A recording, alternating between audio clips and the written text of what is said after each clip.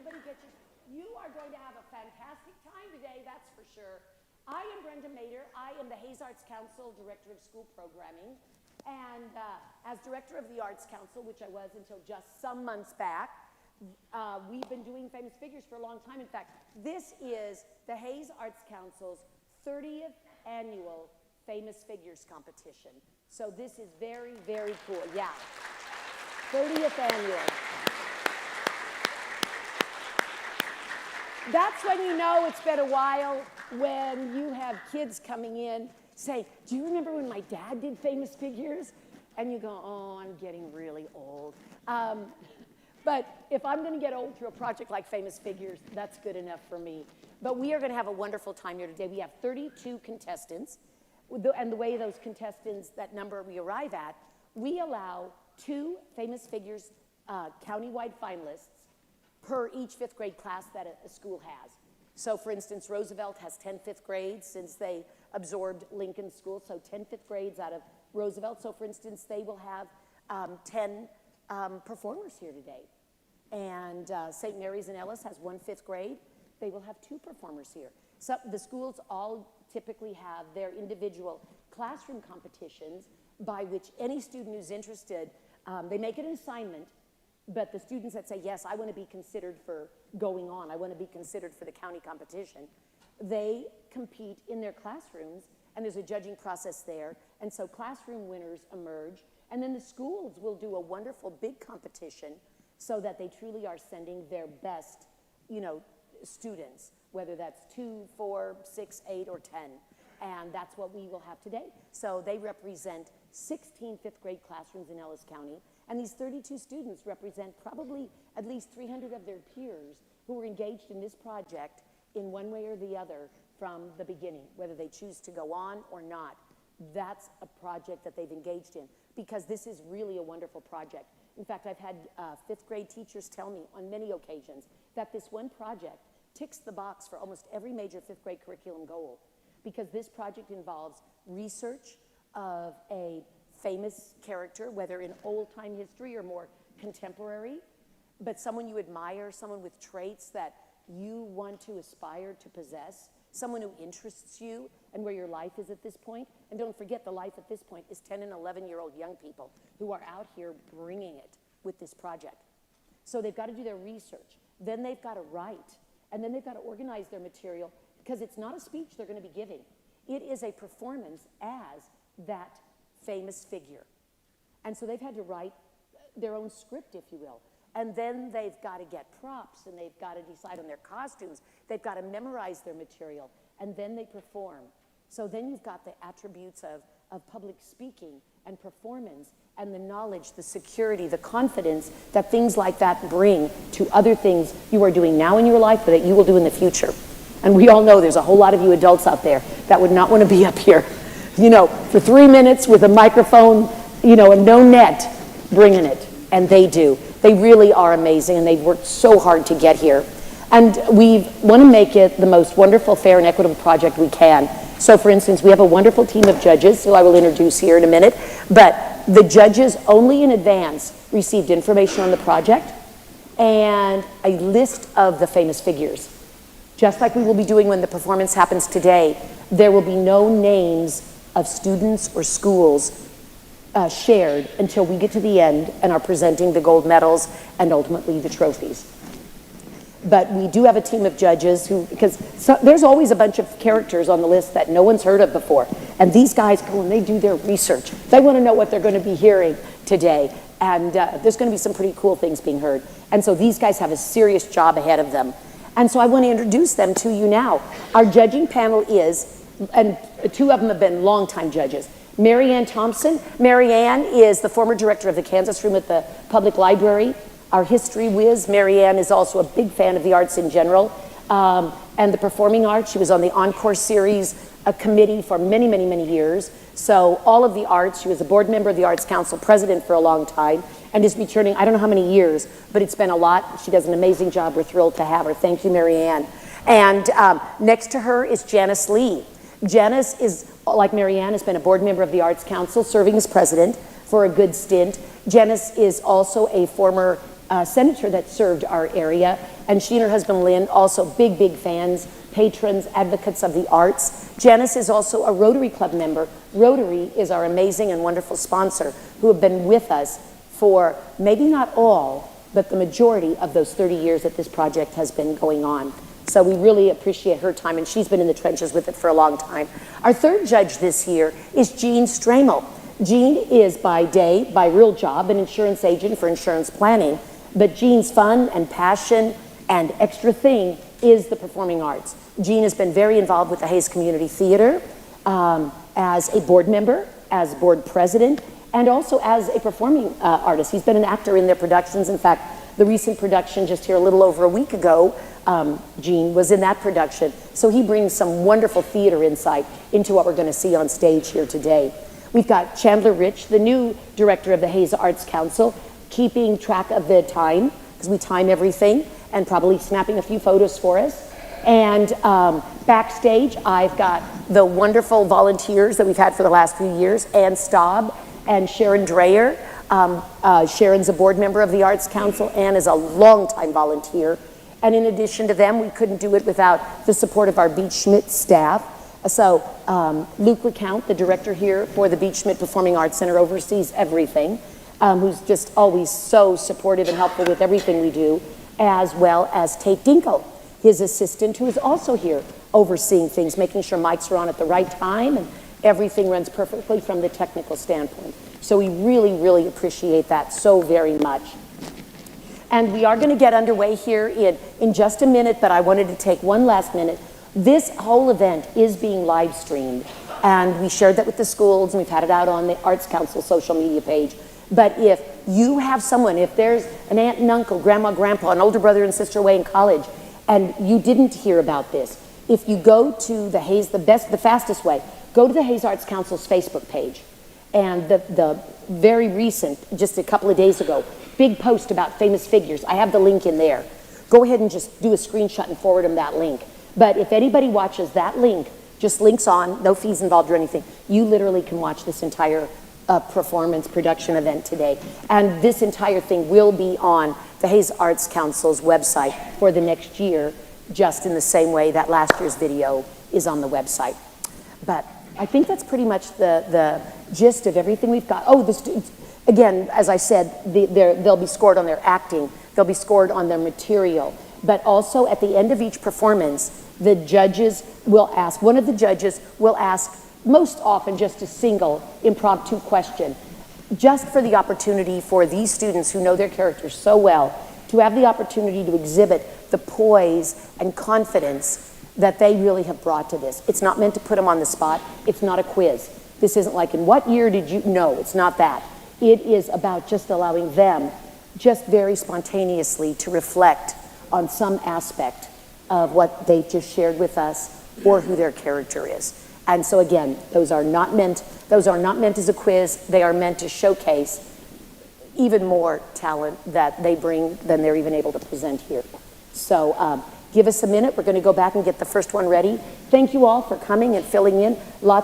Plenty of seats on the floor if anybody at intermission wants to shift, because we're going to do 15 students, 16 students in the first half. We'll take a short break so judges can stretch their legs, tally their first half scores. Then we'll come back with the second group of 16 students. And the parents that are sitting with students up there now will do the shift, and the ones down here now, we'll move them upstairs. So I'll be back in a minute. Just take a breather, and we'll hopefully start in a couple.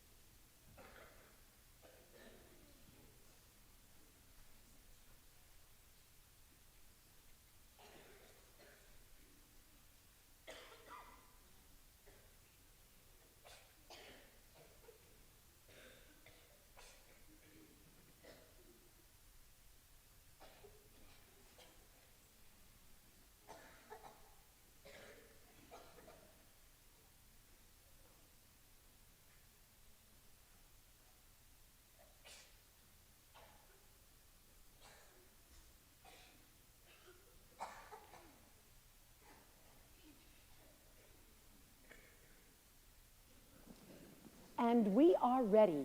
It is time to get things underway with famous figure number 1, Malala Yousafzai.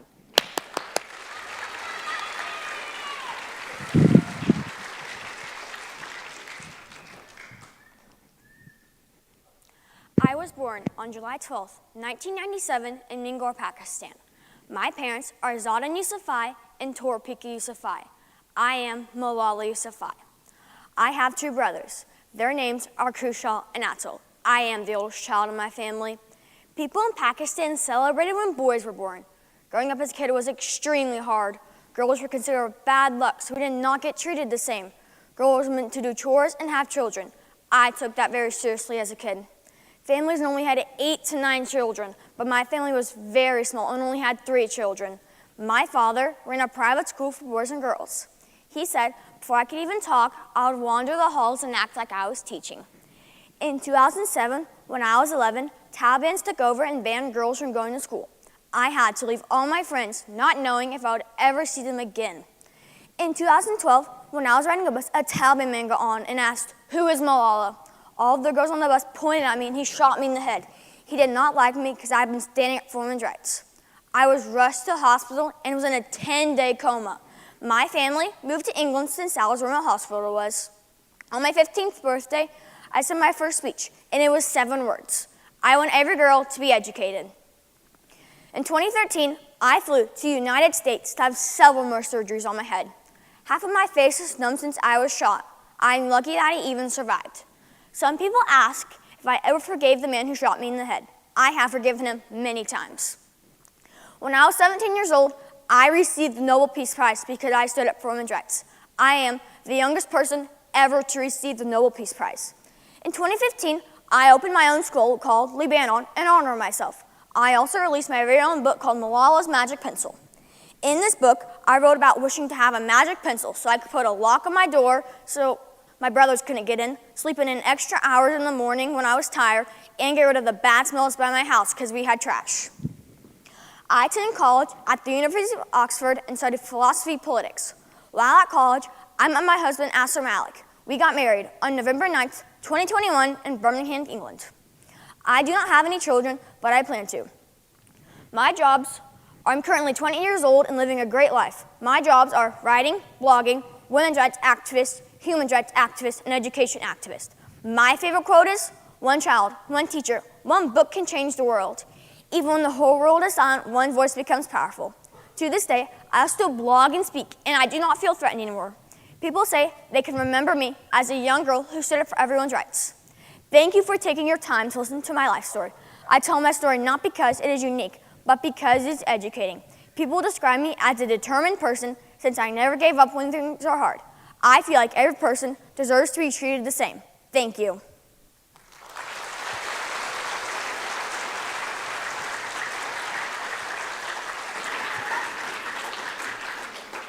Was there anyone that you so admired that they helped you to become what you are?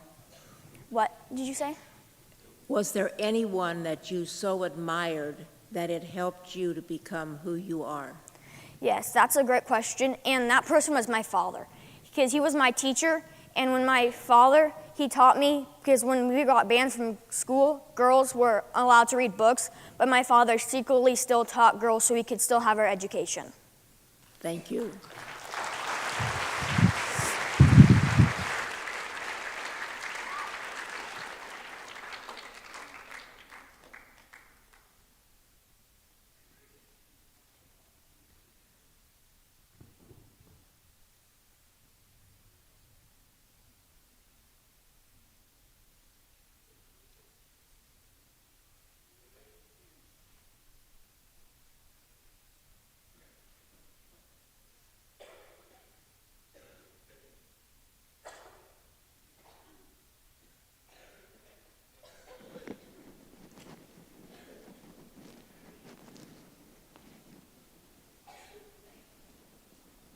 And now it's time for famous figures number 2, Miss Bethany Hamilton.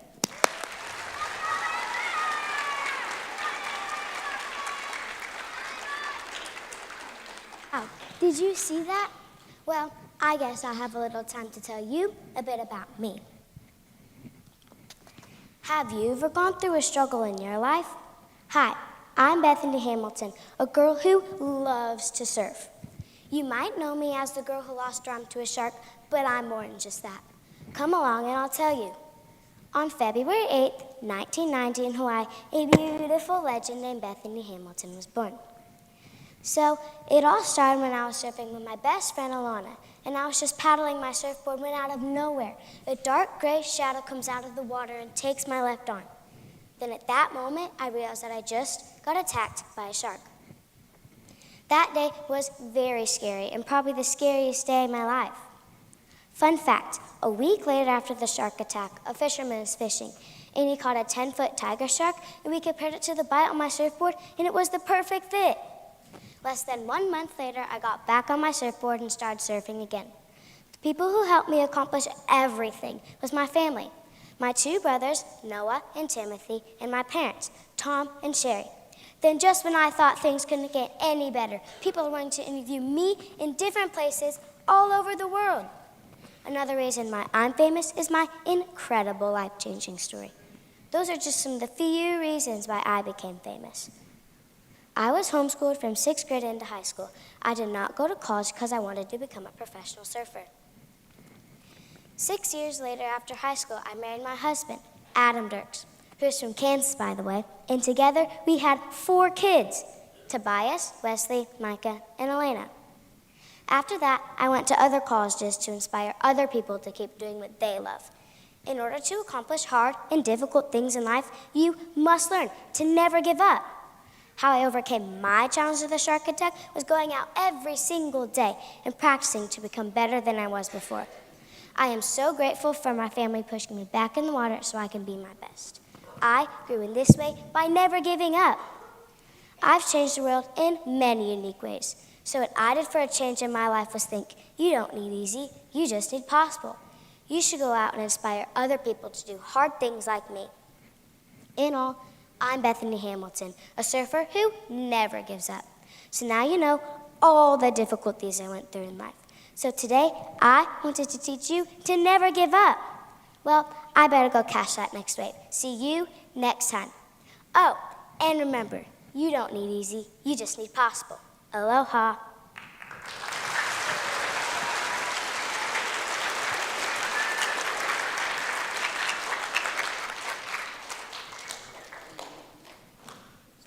Okay. Do you feel that you have impacted others and helped others with what you went through? I definitely impacted others because I helped them overcome their fears in life.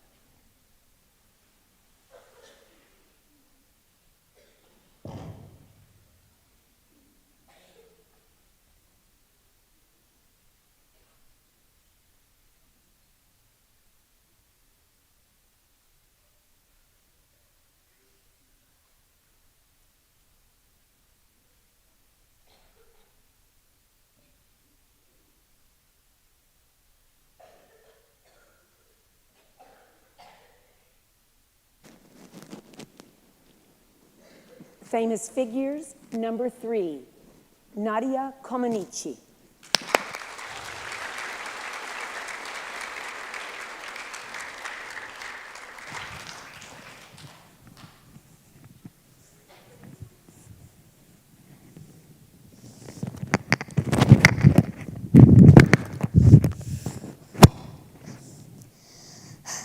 Hi, I'm so sorry I'm out of breath. I just finished floor. I'm pretty sure I scored a 10. But while we wait for the judge's score, let me introduce myself. Hi, my name is Nadia Kamenici. I was born November 12th, 1961 in Onster, Romania. When I was young, I lived with my parents who later divorced and my brother Adrian. As a kid, I loved being outside and playing soccer. In kindergarten, I loved to tumble, so my mom put me in gymnastics. Soon after I started gymnastics, I was doing cartwheels in the schoolyard with a friend when I was noticed by Bela Crowley. Bela Crowley was a famous coach to gymnasts in Romania, and he was looking for a young gymnast to train. That same year, I was chosen to join Bela Crowley's Special Gymnastics School. Our team's name was called Flair, which also means the flame. In 1975, I entered my first senior level competitions in Europe. That's where I placed first in all individual parts except the floor exercise. 1 year later, a gymnast named Nellie Kim beat me on gold medals in vault, floor, and bars. So for the next 5 years, Kim became my biggest rival. At age 14, I competed in my first ever Olympic Games in Montreal, Canada, where I ended up receiving a perfect 10, but not just any 10, the first 10 in Olympic history on the parallel bars. I know, that doesn't seem like a big deal, but it was a huge deal to kids all across the world, boys and girl gymnasts. When I grew up, I graduated from the Polytechnica University of Bucharest. Later, I married Bart Connor, an Olympic gold medalist in 1996. Then, in 2006, our son Dylan was born. When I retired from gymnastics at age 22. In my career, I won 9 Olympic medals and 4 World Artistic Championships. Today, I'm at my own gymnastics camp, which is out here in Norman, Oklahoma. The camp helps teach young students, boy and girl gymnasts, to do gymnastic skills. The camp is also named after my husband, Bart Connor. I also work for many charities. I'm going to beam now, so I'm going to tumble and exit. But just remember, if you practice, you can achieve your goals.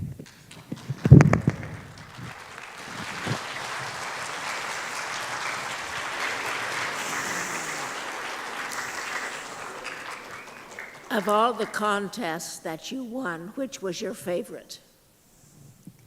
If I had to say one favorite, I'd say probably my first ever Olympic Games, because I showed people that I can do anything and that they can also do anything.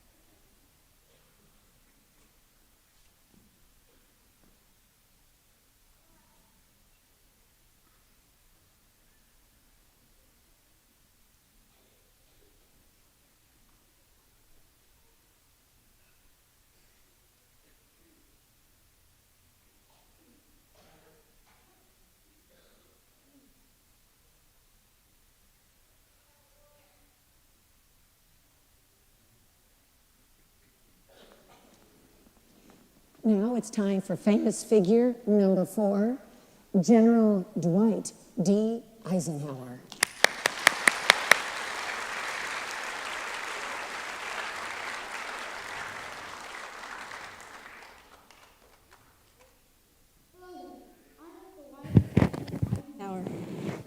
But you can call me Ike. That's what all my friends called me. I was born in Denton, Texas in 1890, but I grew up in Abilene, Kansas. When I was young, I liked playing sports and hanging out with my 5 brothers. When I got older, I went to a school called West Point to learn to become a soldier. It was tough. Early mornings, lots of rules, basically like school, with a lot more push-ups. Later, I became a general in the Army during World War II. I helped lead the Allied forces on a very important mission called D-Day. That's when thousands of soldiers stormed the beaches in France to help free the world from Adolf Hitler and his Nazi army. Later, I became the 34th President of the United States. That's right, from Kansas to the White House. Pretty big upgrade in housing. One thing I helped build was the highway interstate system. Big roads all across America. Here's something interesting. When I was president, people started looking beyond Earth, way into space. And that's when, in 1957, another country, Russia, launched a basketball-sized satellite called Sputnik. And that got everyone's attention. So I said, America, it's time to reach for the stars.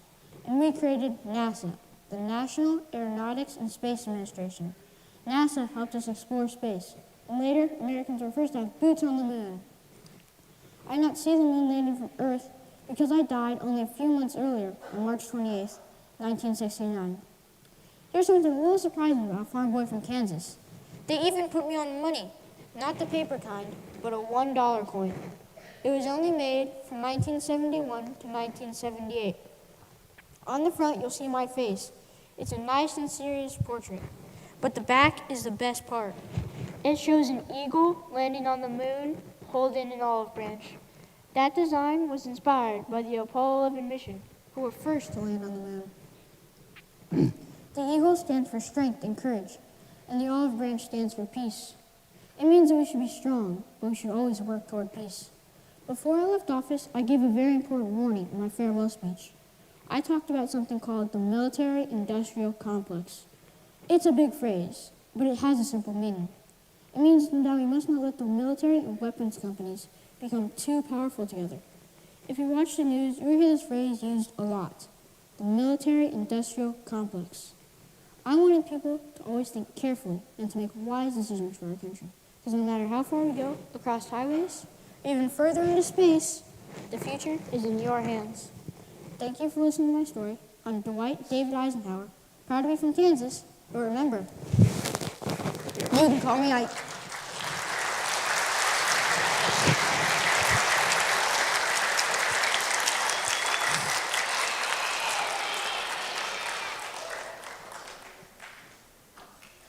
How important was your family in helping you decide what you were going to do? My family was very supportive. Even though my parents were pacifists, they supported me a lot in what I did.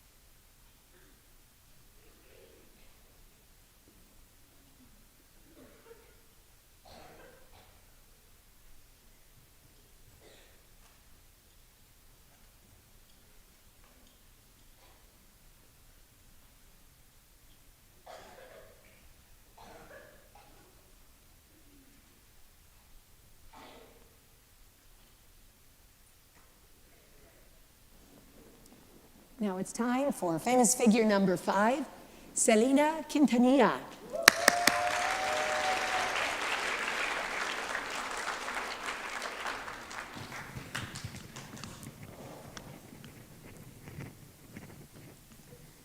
Lights out. Thumbs are recording. It goes silent for a bit. Suddenly, drums start beating to the max. Guitar starts strumming with an unbelievable beat that people in the crowd stand up and cheer.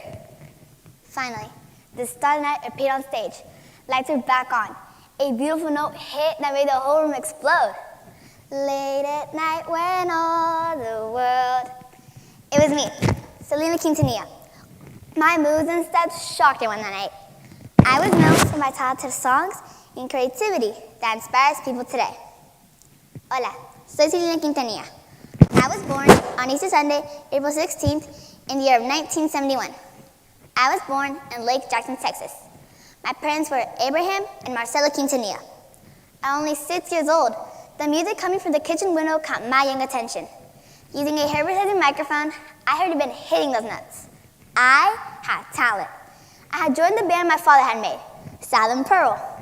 I was the youngest out of 2 siblings, A.B. and Suzette Quintanilla. In 1980, I recorded a commercial with Coca-Cola and became a spokesperson for the company.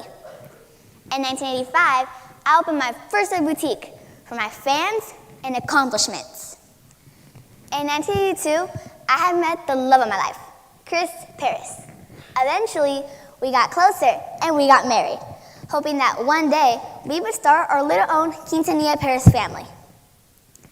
In 1994, I had won many Grammys at a noticeably immature age. All those dreams that I had with Chris Paris, well, they went to waste. In 1995, one of my fans, Yolanda Leibar, approached me asking if she could create my first ever fan club. I agreed. Eventually, she became the club's president, a well-known family friend, and she became the boutique's president. But it was a rookie mistake. The facts about what happened on the morning of March 31st, 1995 have never been completely clear. It was believed Yolanda had taken money from the business. I had told her to meet me in a hotel room. I explained the occasion and tried to take the documents back. But Yolanda did things the hard way. Yolanda pulled out a gun. The trigger clicked. A bullet came right at me. I collapsed to the floor. Yolanda went running to her car, hoping that the cops would not find her. Minutes later, the cops had found her. On the other hand, I was rushed to the hospital. Due to all the blood I lost, I couldn't survive. The doctors asked my parents if we could do a transformation of blood. Due to the religion my parents were close to, they refused. I couldn't survive. Sadly, I passed away. People who met me described me as sincere, humble, and gracious. It's a reminder to all Tejanos, Mexican Americans, and all Latinos that their culture is beautiful with a beautiful language. I was a trailblazer. My brilliant success opened other doors for Latino entertainers. I set an example for many young artists to follow. I was a symbol of power and determination. I proved that talent and hard work could overcome obstacles and knock down barriers. My life is a reminder that all girls with big dreams can strive through their goals no matter who they are or what goals they might want to carry out. I help people achieve their dreams just by saying, the impossible is indeed possible. So get this in your head. You can end up changing the world just like I did, by never giving up and not letting things get in your way. Soy Selena Quintanilla, and that is my story.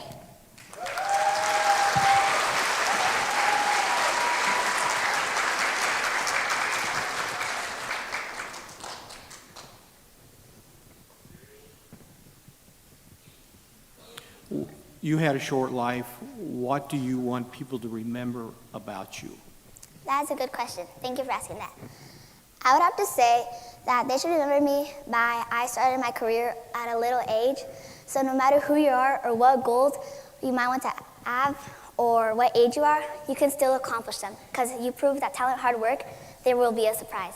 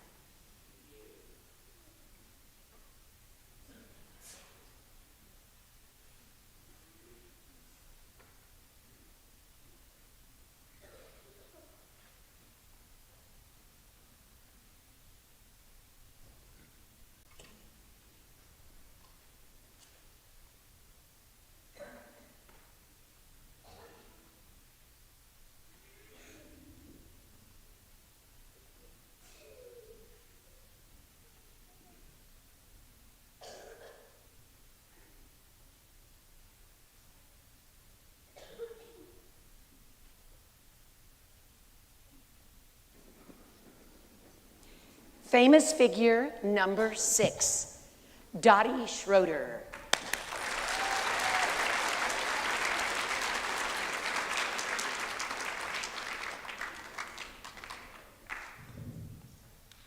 Strikes, man, I gotta knock this one out of the park. And it's gone. Oh, hey there. Since I just hit a homer, I got time to tell you about my life. I'm Dottie Schroeder. I was born April 11th, 1928 in Sedoris, Illinois. My mother and father were Ida and Walter Schroeder. My father was a farmer, local postmaster, and coached a semi-pro baseball team. My eldest brother is Walter Jr., and my twin brother is Donald. I practiced baseball whenever I had the opportunity. On the farm, we didn't have a bat or a ball, so we would play imaginary ball out in the cow pasture. You can imagine what we used for bases. Baseball was a passion in my family, and there's no doubt that all the time I spent practicing with my brothers helped me become successful in my career. I joined the 4-H softball team when I was 9 years old and later became a member of the Illinois Commercial College team. I didn't have a favorite subject in school. My mind was always on baseball. During World War II, a professional baseball league for women was created. This was created to keep spirits high at home during the war. Professional and minor league baseball players were being drafted or volunteered to serve their country. President Roosevelt felt it would be best to keep baseball going, and women would have to take on that role. When I was 14, my dad took me to try out for this league. They called it the AAG PBL. That stands for All American Girls Professional Baseball League. I was one of the first 60 girls selected to play. I was selected to play the position shortstop for the South Bend Blue Sox. While in this league, I played for 4 different teams: South Bend Blue Sox, Kenosha Comets, Fort Wayne Daisies, and finally finished off with the Kalamazoo Lassies.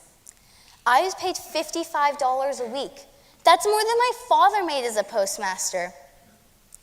I earned several honor awards for my exceptional plays and longevity as the only player to play all 12 seasons of baseball before it ended. I hold all-time records like most games played and most at-bats. I was named 3-time best fielding shortstop, 3-time all-star player, and was voted most popular player by the Kalamazoo fans.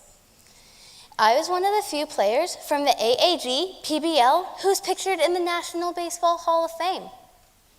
In 1957, I retired from baseball and moved back home to be near my family in Champaign, Illinois. I never married or had any children and lived most of my life near my twin brother, Don. I died December 8th. Just remember, work hard and try your best to achieve your goals. Oh, what's that, coach? Well, I gotta go run them bases. Catch you later.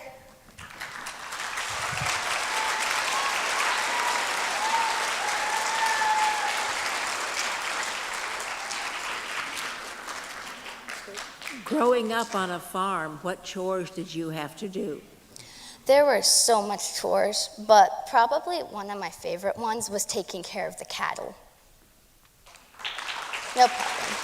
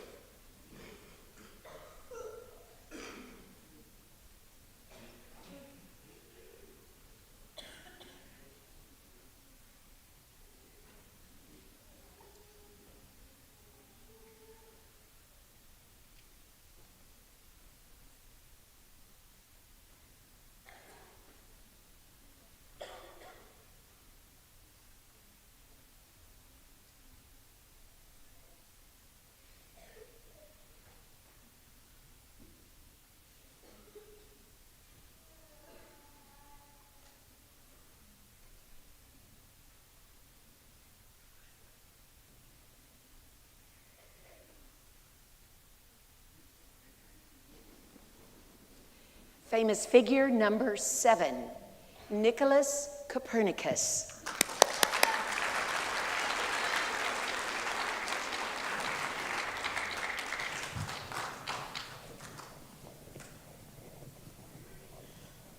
Twinkle, twinkle, little star. Hello, my name is Nicholas Copernicus. I was born on February 19th, 1473 in Turin, Poland. My parents were Nicholas Copernicus Sr. and Barbara Watson Road, who were wealthy merchants. I was the youngest of my siblings, and as a child, I loved watching the stars. When I was 10, my father died, and I was taken in by my maternal uncle, who was a priest. He influenced me into becoming a canon of the church. However, my true passion was studying the universe. As an adult, I attended the University of Krakow to learn astronomy and later attended the University of Bologna to learn how to become a canon. While attending the University of Bologna, I read my predecessor Ptolemy's thesis, which changed my life. At the time, it was agreed upon that the sun and the moon moved around the motionless earth. However, I disagreed. I believed in a heliocentric model, where the Earth and the other visible planets moved around the sun. I mainly used trigonometry and physical observations to come to my conclusion. This is because we didn't have telescopes back in my day. I moved back to Poland and worked as a canon in the church, which allowed me time to continue my studies of the solar system. One of my greatest works was a book I wrote called 6 Books Concerning the Revolutions of the Heavenly Orbs. This book contains all my theories about the heliocentric model. I waited to publish my book until I was on my deathbed. This is because I feared ridicule from the church. I died on May 24th, 1534 in Fromberg, Poland, due to physical decline and having a stroke. I lived a long and happy life and changed the world of science for the better. How I wonder what you are.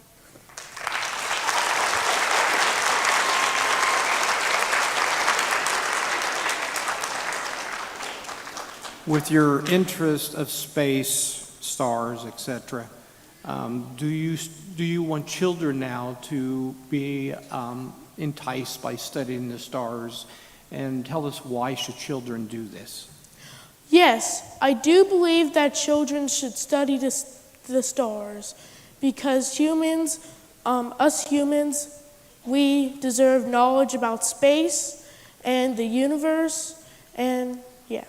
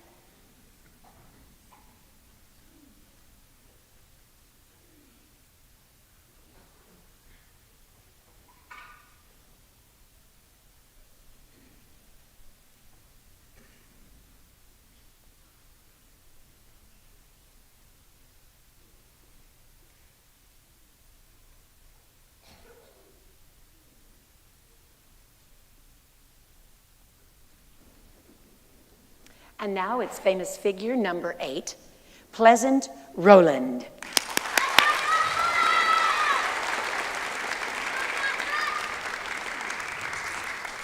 This doll will be perfect for her. Have you ever wanted the perfect doll that looks exactly like you?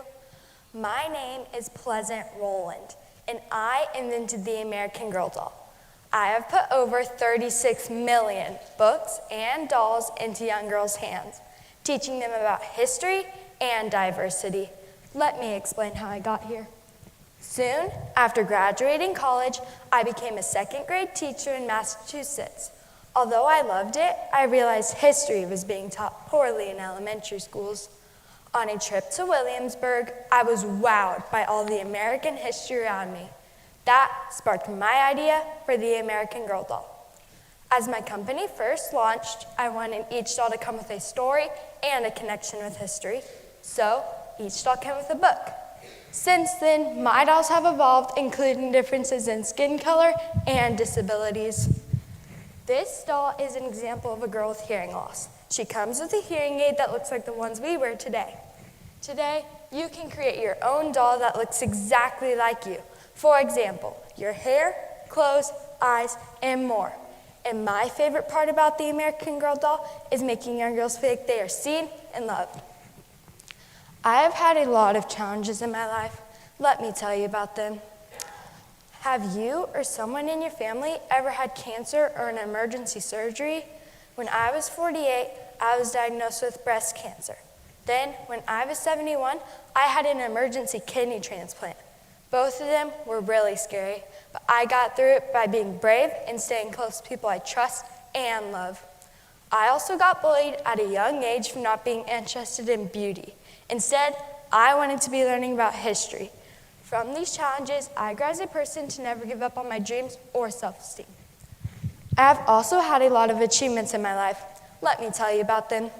You may have heard that I was a teacher for kids your age. During the time, I invented the Rowland Reading Program for kids in primary grades to improve reading, writing, and spelling. I can make dolls that look exactly like you. For example, if you need hearing aids, wheelchair, glasses, and more. Me and my husband donate heavily into hospitals and art centers. And last, I give away free dolls to sick girls in hospitals. Anything that lifts their spirits is ours to give them. In conclusion, I'm Pleasant Rowland, the American Girl doll inventor. That's my ride. Gotta go make young girls' dreams come true. And remember, never give up on your dreams or self-esteem. Oh, she's gonna love this doll.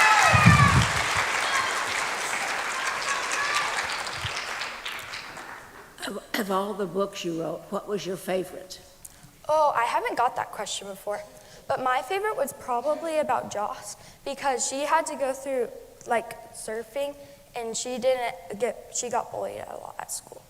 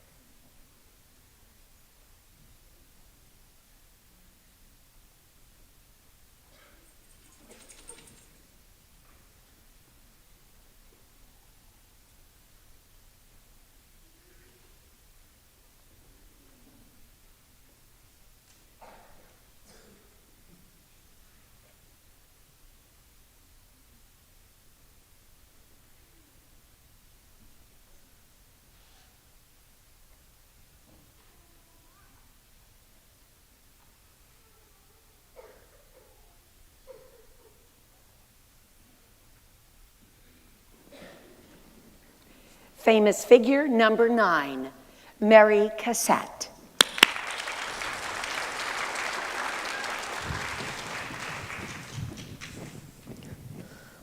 When I was 7, my family moved from Pennsylvania to Paris, France. The first time my parents took me to an art museum, I knew at once I wanted to be an artist. My name is Mary Stevenson Cassat. I was born May 22nd, 1844, the fifth child of Robert Simpson Cassat and Catherine Kelso Johnston. My family moved from Allegheny City, Pennsylvania to Europe, but later returned to the United States. My family wanted my siblings and I to be exposed to European art and culture, so they took us to as many art museums and galleries as they could. When I first told my parents I wanted to be an artist, they were so overjoyed that my father would drop me off at the Pennsylvania Academy of Fine Arts on his way to work.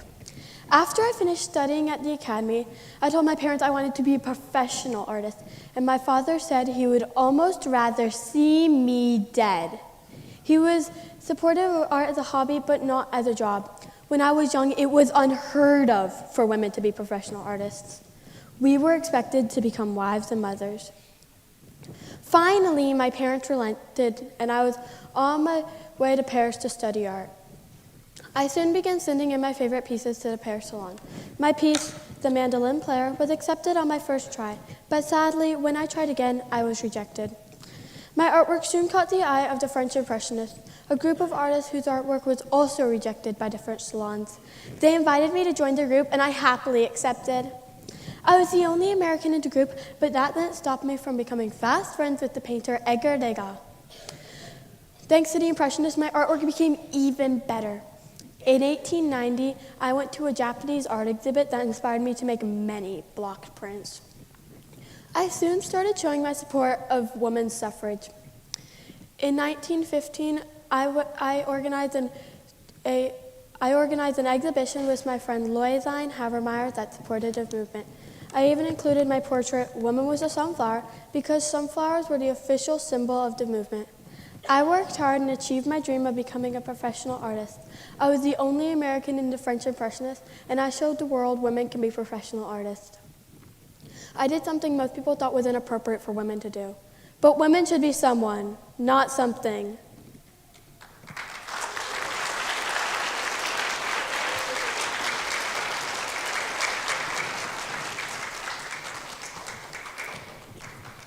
In your art experience, who do you admire the most? I admire my friend Edgar Degas because his paintings were so amazing, and that inspired me to take up the form of Impressionism. So that's who I admire.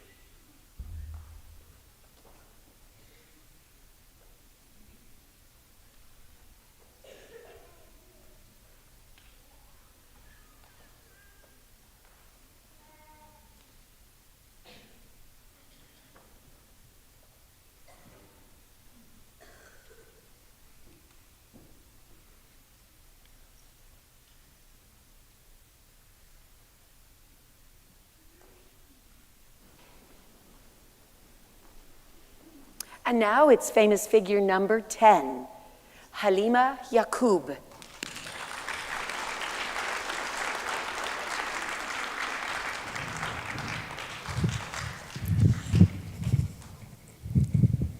From selling foods on the street to leading a nation, what a journey life can be. My story began with hardship, not privilege. When I was just only 8 years old, my father passed away.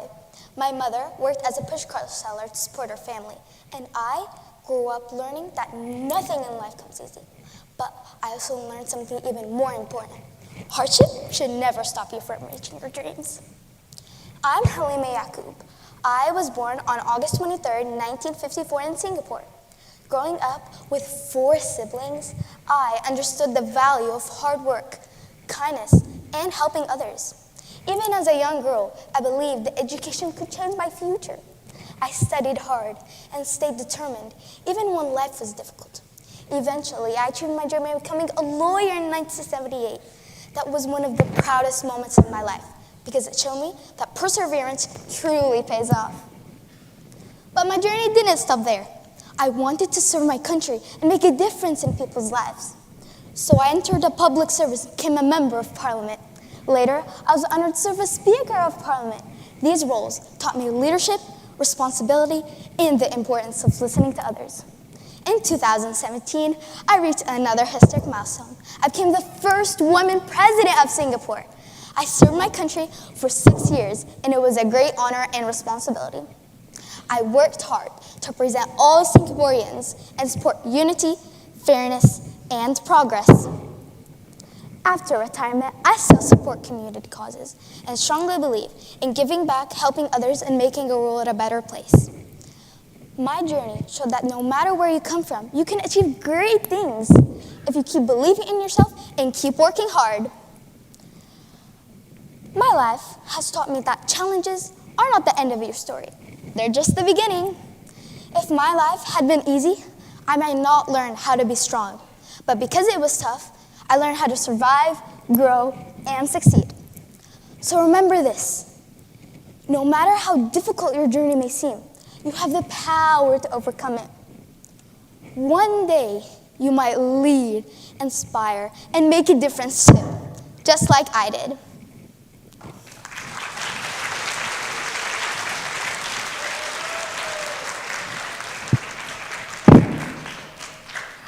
Amazing story. How do you encourage young people to get involved with many things today? What a wonderful question. I like that, actually. So what young people learn from me is that they learn to never give up. You can always continue throughout difficult journeys, and to learn to never give up and always stay strong.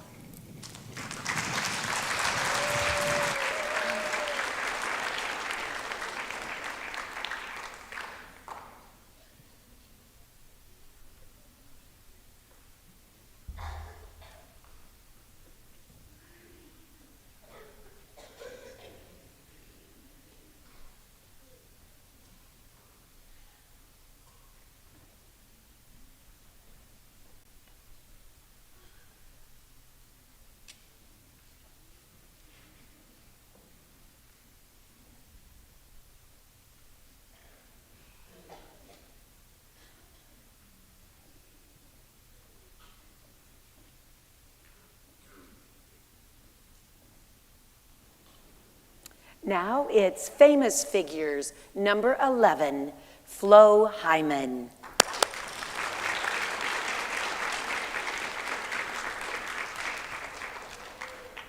Practice is over, ladies.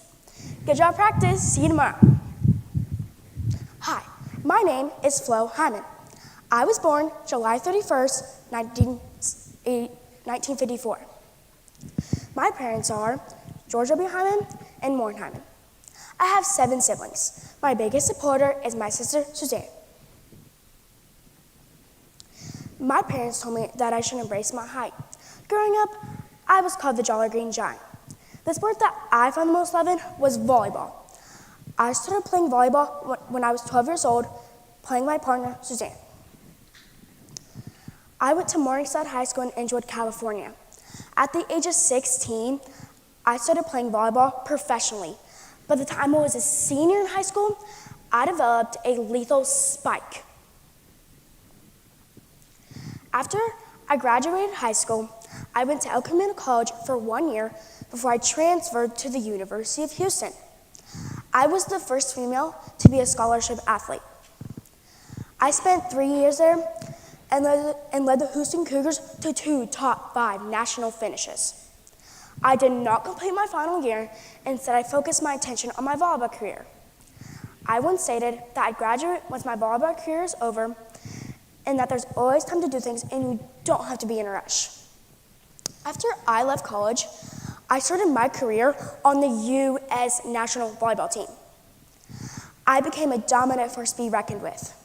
Over the time on my national team, I had many successes. These accomplishments were: I led my team to 5th place finish at the 1978 World Championships, won bronze at the 1982 World Championships, and won silver at the Los Angeles Olympics in 1984. On January 24th, 1986, during a match in Japan, I took a water break, then I passed out. I got rushed to the hospital, and shortly after I got there, I died. But little did I know, I had Marfan syndrome. I'm going to tell you a little bit about Marfan syndrome. Marfan syndrome is a genetic disorder that affects the body's connective tissue, which helps support organs and other tissue. Some of the symptoms are scoliosis, short torso, long legs, long arms, and flat feet. I was inducted into the International Volleyball Hall of Fame in 1988 and the U.S. Paralympic and Olympic in 2025. Thanks for listening to my life story. Bye.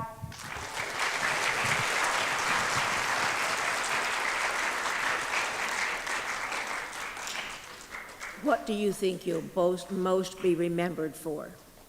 Definitely for my lethal spike. I always tried so hard on it, and every single game, everybody cheered me on when I did that spike, and it just felt amazing.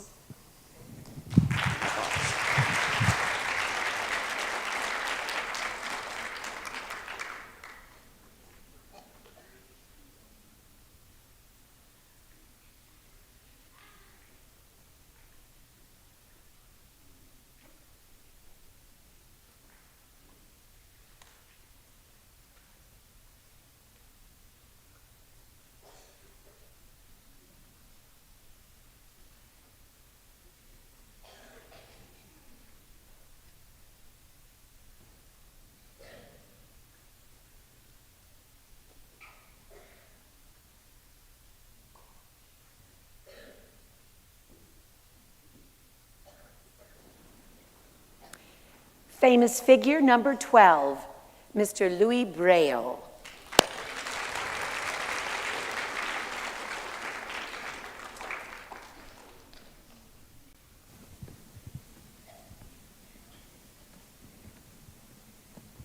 I've been waiting for the past half hour for you to interview me about my life.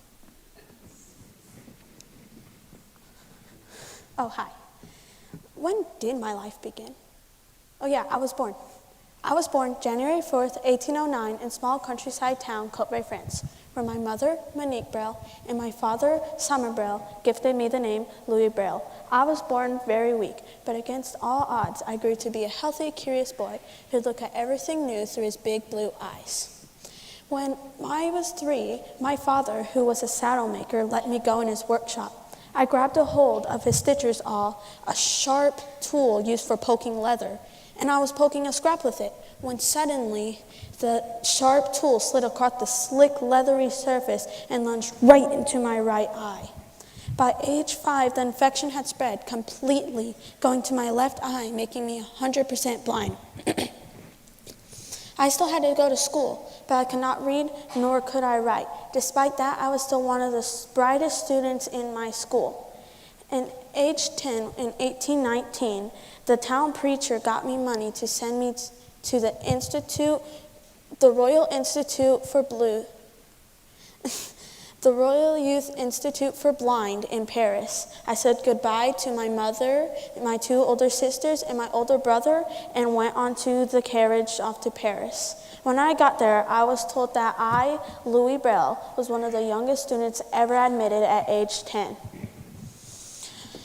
At age 12, a special man named Charles Barbier came to our school with a system for reading originally meant for the French military, but they never adapted it, so he started teaching it to the blind.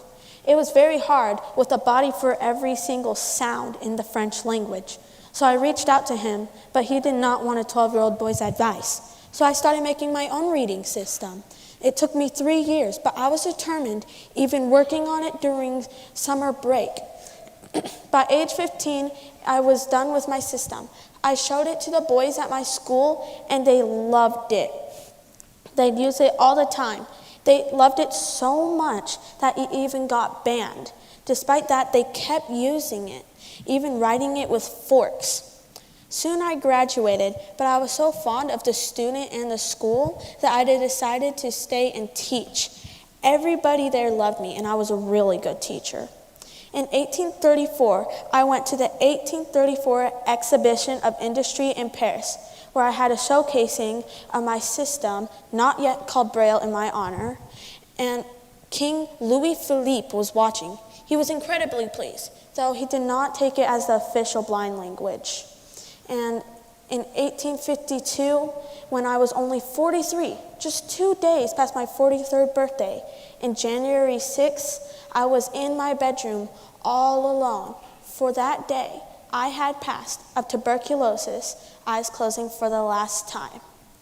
100 years after my death, in 1952, in France, they dug up my body, every part except for my hands, as a symbolic tribute, and they took it to the Pantheon, where France's greatest heroes are buried. While my body was being moved in a vehicle, thousands of blind people whom my system that I created, my system had helped them, they were marching behind the vehicle in my honor. And that's the end of my life. Now I must go. Apparently English has this letter called W that French does not, and now I have to go write that too.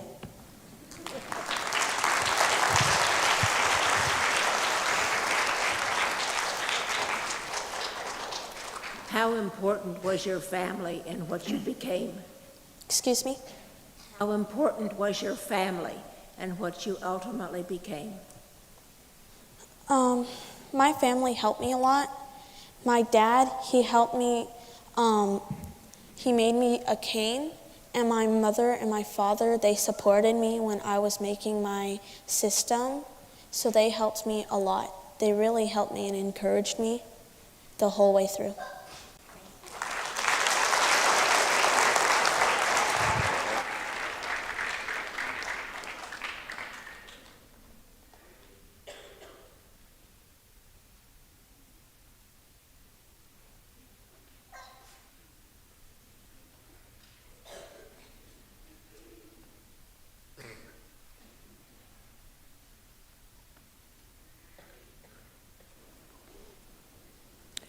And now we have famous figure number 13, Sacagawea.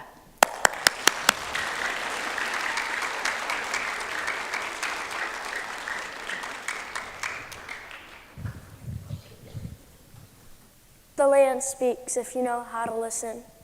I am Sacagawea. My name in the Hidatsa language means bird woman. I carried my people's stories, my children, my memories, even the painful ones, through mountains, storms, and unfamiliar lands. I learned the world by watching it, the bend of the river, the way the grass moves, the way the wind shifts just before something's about to change. Long before anyone called me a guide, I was simply a girl trying to survive the lands that raised me. I was born around 1788 in the Lemhi Valley of the Shoshone people.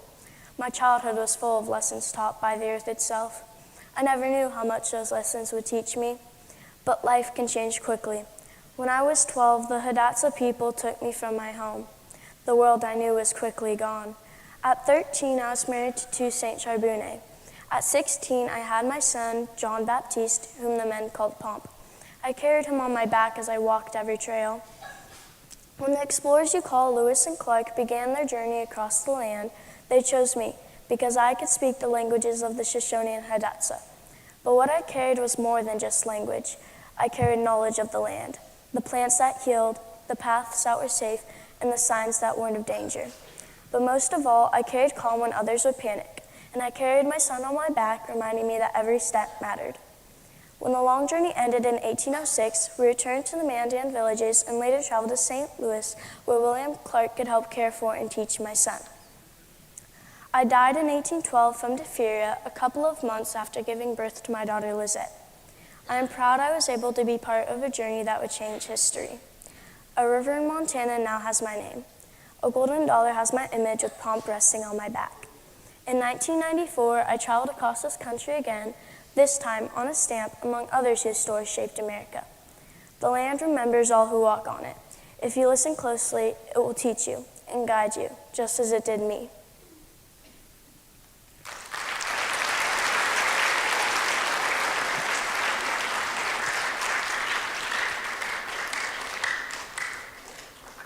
What do you think you'll be remembered for the most? I'll probably be remembered the most for my courageousness and my help with the Lewis and Clark expedition, especially when I saved all the supplies out of the river.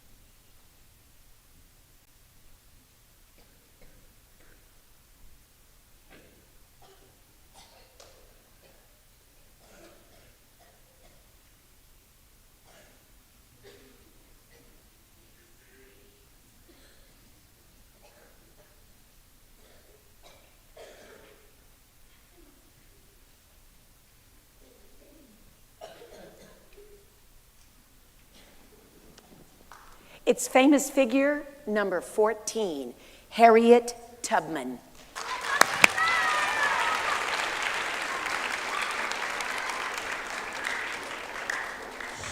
Come on, this way. You can't leave or else those hunters will whip you until you come clean. I'm Harriet Tubman, and I was conductor for the Underground Railroad for 8 years, and I can say something other conductors can't say. I never went off the track, and neither did I lose a passenger. I really did say that. Now the hunters won't be here for another minute or so. Maybe if I tell you a little bit about me, you might trust me better. But we have to make it quick, because those hunters back there aren't gonna stop for nothing.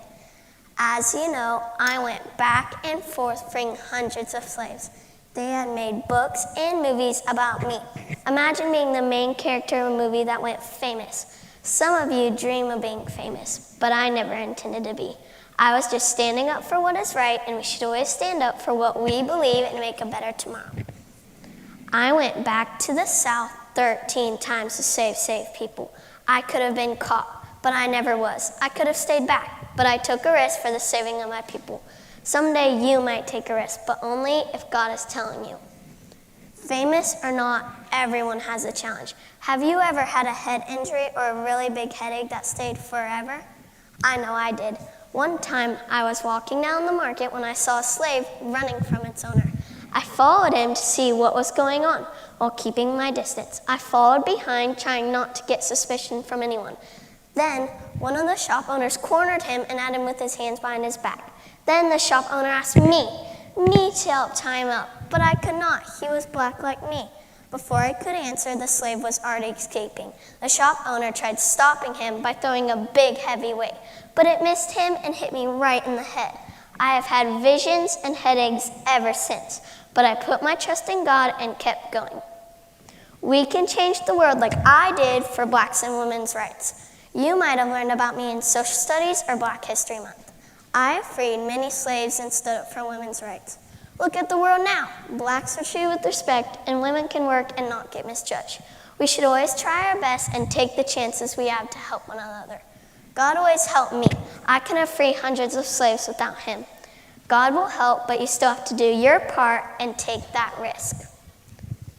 I'm Harriet Tubman. I have freed many slaves and stood up for women's rights.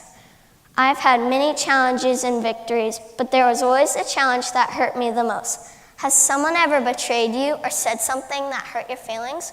Well, my husband, John Tubman, did so to me. He betrayed me for another girl and carried a child with her. Even though it hurt, I married my love, Nelson Davis, in 1869. I wish I had seen my dream come to pass of all blacks walking in freedom, but sadly, I didn't. I died on March 10th in 1913 from pneumonia. My last words were, I go to prepare a place for you, referring to John 14:3. It is my transition from this earthly struggle to an afterlife in heaven. Uh-oh, I hear the hunters coming. Remember, don't underestimate people for their differences. I have to go.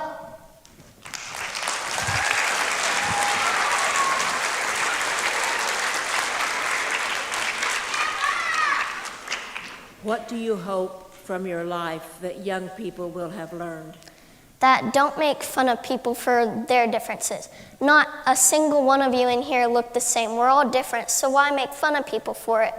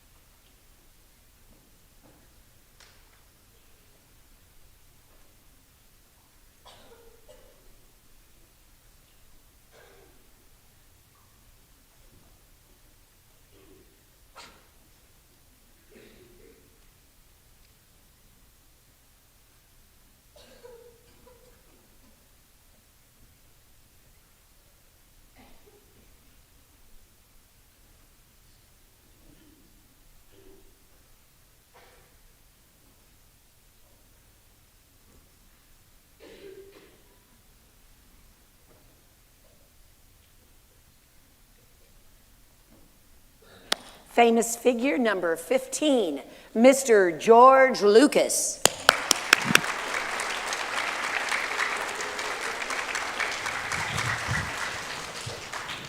Vroom, vroom, vroom. Good afternoon, young Padawans, Masters, Sith Lords, and Dark Lords of the Sith. I am George Lucas. My story begins in a galaxy not so far away. My saga begins on May 14th, 1944, in a town called Modesto, which is in California. I loved science fiction and comics. My dream was to be a race car driver. Unfortunately, I got in a serious car accident in 1962, which caused me to lose some interest in racing.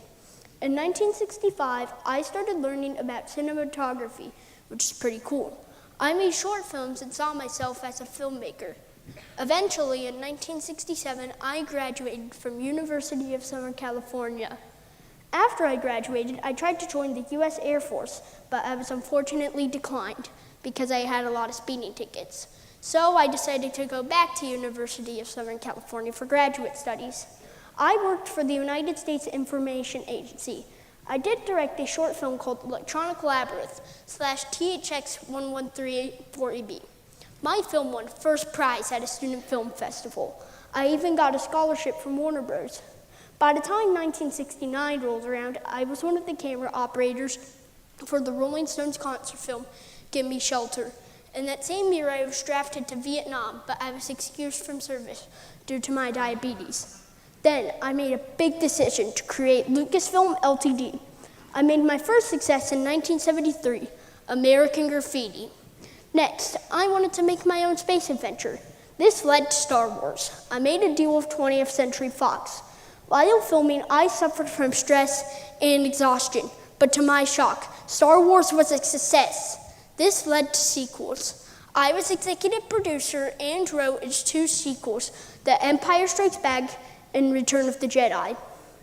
But all my hard work paid off, though, as it became the highest grossing film trilogy of all time. In between The Empire Strikes Back and Return of the Jedi, I was executive producer of Indiana Jones and E.T. the Extraterrestrial, directed by my good friend Steven Spielberg. Anyways, after Return of the Jedi, I was executive producer for more movies, but some were not successful, like Howard the Duck. In 1993, I announced the prequel trilogy. I finished filming Episode 1, Phantom Menace. This led to Episode 2, Attack of the Clones, and Episode 3, Revenge of the Sith. I completed the saga, Episodes 1 through 6. I did make a TV show called The Clone Wars, but I sold Lucasfilm to Disney. I'm kind of in a semi-retirement right now, but the Force lives on. May the Force be with you.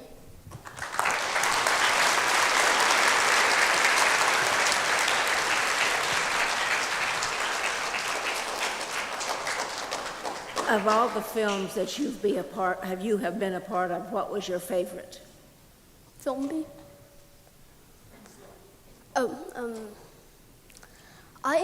Honestly, I don't really have a favorite Star Wars film. I like all of the films I created.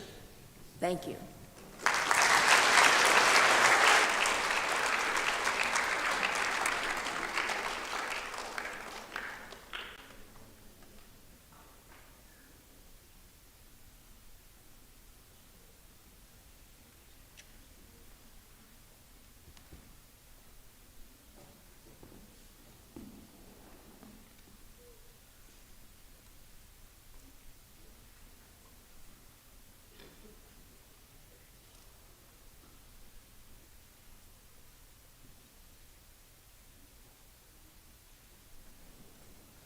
And our next famous figure will be the last one before a short break. And we'll probably try to shorten it up a little bit. But the only thing I'll ask when that comes is that everyone stay clear of the judging area.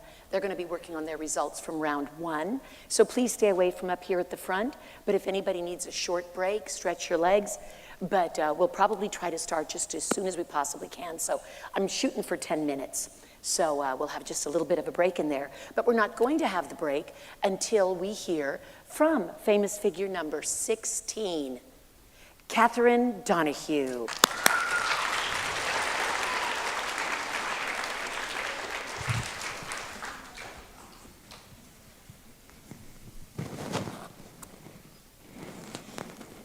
Just let me finish one more dial. There. Hi, my name is Catherine Donahue.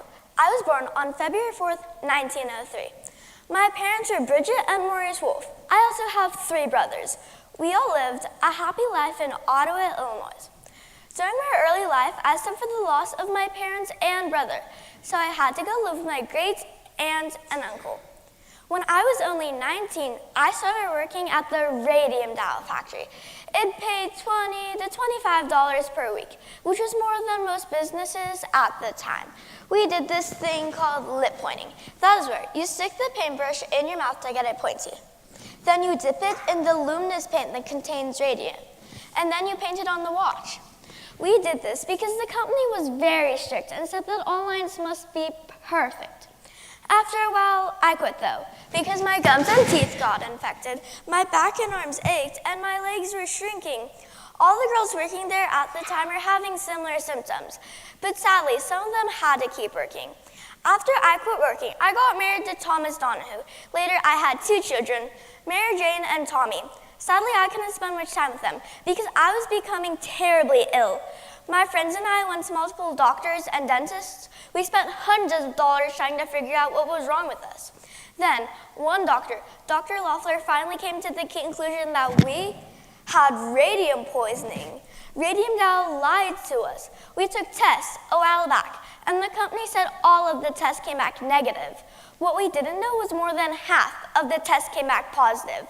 We, radioactive. I marched into Radium Dow with my friends by my side. I said, you lied to us. You knew we had radium poisoning, but you didn't want your business to fail. My old boss, Miss Street, came up to me and said, of course you don't have radium poisoning, you just have this weird disease. I said, fine, I'll see you in court later. Many articles started to be published, and we became known as the Radium Girls. All over the world, the Radium Girls were suing the Radium Dow factories. However, previous cases had not been successful. I found an attorney named Leonard Grossman, and I filed suit against Radium Dow. It was finally time to go and fight. I wanted to look nice, so I wore the nicest thing I had, this black polka dot dress. However, because of my rough condition, during the trial, I felt dizzy and I fainted.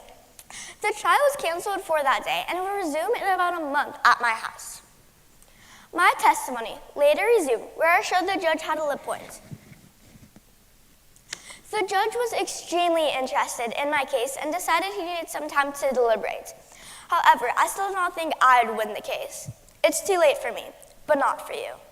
I died at home on July 27, 1938. Shortly after my death, the judge announced I had won the case. I was the first radium girl ever to win a case against Radium Doll. I inspired the other radium girls to file their own lawsuits against Radium Doll and win.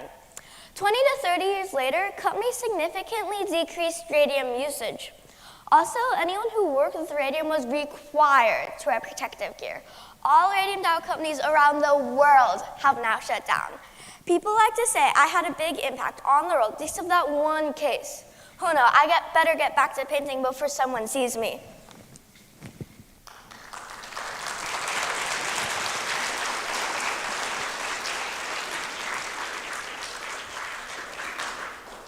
In the beginning, why did you decide to be a radium dial painter?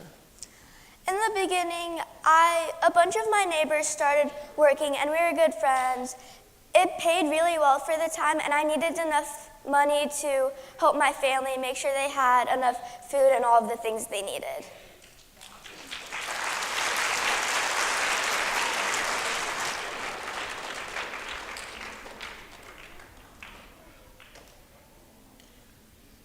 All right, everyone, as I said, that is our first half. So if you want to give us a little bit of lights for about 10 minutes, guys up there.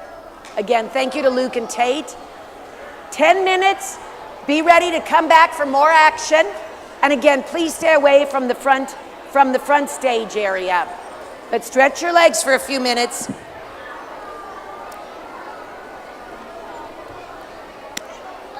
Everything good down here?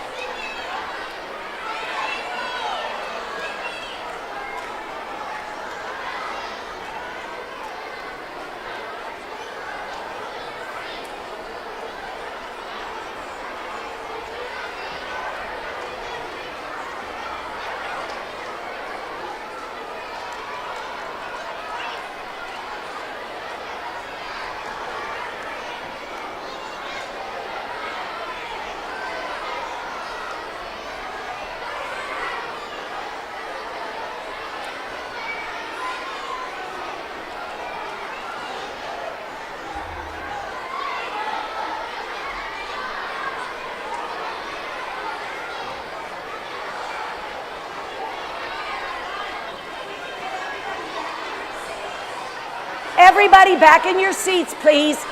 We're going to start in 1 minute for our second half. Everybody back in your seats. Thank you. What a great audience. I so appreciate the support and the respect you're giving our young performers today. Again, it's amazing when you think that what you've seen on stage here are 10 and 11-year-old children, if you will, young people. That's pretty impressive and pretty amazing. And one thing I didn't share at the beginning, I did want everybody to know how the scoring system works, because I know that's a big deal for some. As I told the young people downstairs, you're already winners because you came out of your classroom. That's why everybody's going to get gold medals here in just a little bit. But for the scoring, every one of these judges, the 3 that we've got here today, they work independently. They are not consolidating with each other. They are not in discussions. They're not comparing and contrasting, talking about who did you like, who not. They are working independently. And when this is all over, they will rank their top 7 performers. They will rank them 1 through 7. And then we have a scoring rubric that we do. So every time a young performer receives a first, like they were ranked first by somebody, I have this sheet that I transpose these on. That person who got ranked first will get 7 points in that column from that judge. And somebody else got second by that judge, they're going to get 6 points. The person ranked 7th by that judge will get 1 point. But not all the judges are going to rank the same people, and probably not very likely exactly in the same spot for maybe more than 1 or 2 sometimes.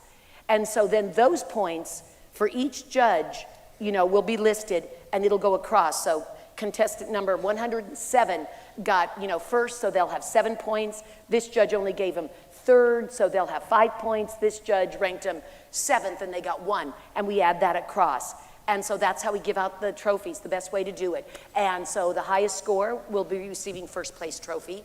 The 5th place winner will receive the 5th place trophy. We have them ranked 7, but we award 5 places. Occasionally we have ties. If we do, I get more trophies. We don't break ties.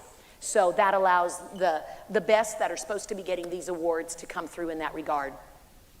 But now we can't get to any awards until we get to a great second half.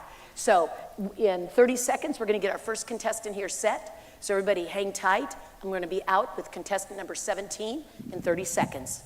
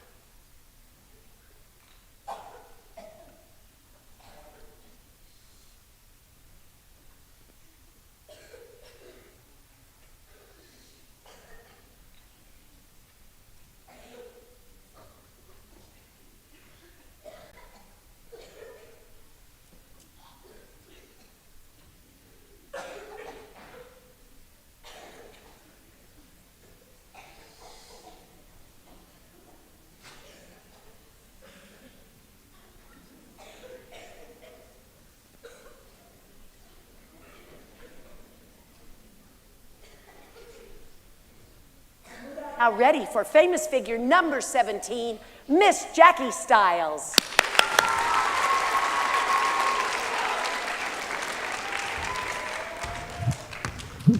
Swish, score, we just won. Sure, I can do an interview. Hi, I'm Jackie Stiles, a WNBA basketball player. I was born on December 21st, 1978, in Kansas City, Kansas, but I grew up in Claflin, Kansas. I've looked forward to basketball my whole life. Let me explain how it all started. I started playing basketball almost as soon as I could walk. My dad was my basketball coach my whole life, so I always had a key to the gym. During middle school, I started a routine of making 1,000 shots every day. This routine enabled me to shoot confidently every time I hit the court. I inspired people to not give up and keep trying even if stuff gets tough. You have maybe seen me play basketball for the Portland Fire on TV, or maybe even in real life. In my best game, I scored 73 points in 3 quarters. And in 2001, I was the WNBA Rookie of the Year. I came up with a lot of theories throughout all these years, and when I was born, there was a terrible accident called the Great Blizzard of 1978 in the Midwest Jamestown Massacre, and 900 Americans died in it. Despite I had to work really hard for challenges in life, I had cancer but luckily survived. Have you or anyone in your family had cancer or got really sick? I had radiation treatment that helped me live, and I put all my trust in the doctor's hands for surgery because I knew they could help. From this, I grew into confidence and know to always stay brave. I had to retire due to injuries, but that did not stop me from cheering on my team and kids who look up to me. I have changed the world by so much because I've helped a lot of kids be good and brave about what they love. You have maybe seen me try so hard showing up to practice and games. I have made the world want to keep trying and never brag or give up. I have just made people be happy and always go for your dreams. I practice every day with something I love so I can be good and follow my dreams. Now it's time to follow yours. In conclusion, I'm Jackie Stiles, one of the best female basketball players in the whole world. I try so hard for what I love, and my internal goal is to be the best and just play the game.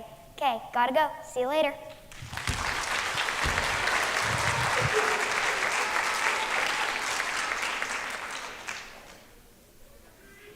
Who do you admire most in the female basketball profession? My dad, because he's helped me for my whole life, and if I didn't have him, I wouldn't have made it this far.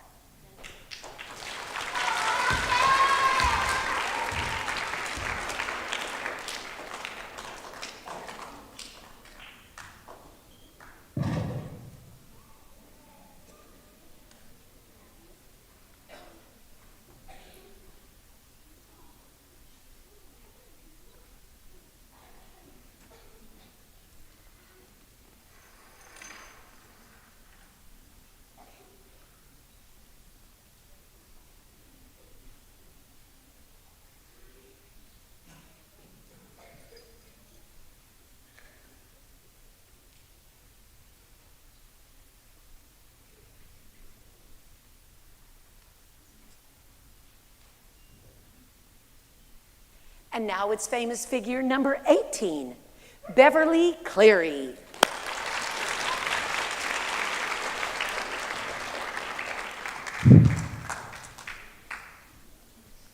Sorry to keep you waiting, I was just finishing my page. Anyway, let me tell you more about myself.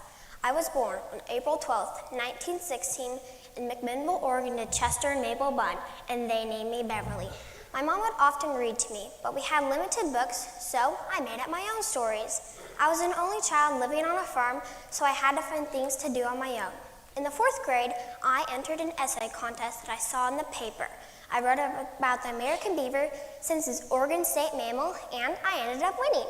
The rest of my years in school, I would continue to impress my teachers with my excellent writing pieces. During this time, I developed a strong love for books and would go to the library as much as I could. One day, while I was at the librarian told me that I should be a children's author. After high school, I attended the University of California at Berkeley to earn my Bachelor's of Arts in English. When college was over, I went to Seattle to attend the librarianship program. Then, I graduated from the University of Washington and began working as a librarian. During my shifts, I would often tell stories like fairy tales and folk tales to the young children who came in during story time. One day, a boy came up to me and asked, "Where are the books about children like me?" At that moment, I remembered that I too had wanted the same thing when I was younger. I had remembered the librarian's suggestion and decided that I would write books. One night, while I was at a dance, I met Clarence Cleary, and 2 years later, in 1940, we got married. Clarence served in the U.S. Army during World War II. I sold books at the Southergate Bookshop in Berkeley and worked as a librarian at Camp John T. Knight in Oakland. Soon after, I began writing my first book, Henry Huggins. In 1950, Henry Huggins was published. It included real-life problems and took place based on my own childhood. 5 years later, I had twins, Malcolm James and Mary Ann Elizabeth Cleary. After the twins were born, Malcolm had troubles reading, so I created Ralph S. Mouse to get him hooked on reading. I wrote many more books after that, though. The two most famous are Ramona the Pest and Dear Mr. Henshaw. My books steered away from fantasy and historical fiction, and I focused on more relatable characters that made me hero to countless children. Even though my editors did not advise it, I answered fan mail by myself for over 30 years. In these letters, kids would often tell me what they wanted to learn about, like bullying and divorces. I made sure to address their ideas in a sympathetic and compelling way. I died in Carmel, California on March 25th, 2021, at the age of 104. I wrote 39 books, including 2 memoirs that have been translated into 14 languages and sold in more than 20 countries. Many of my stories have been adapted into film, television, and remain beloved classics by children all over the world. I am Beverly Cleary, a very successful author. If you have not read one of my books yet, I strongly recommend that you do. Now, I gotta go finish this book.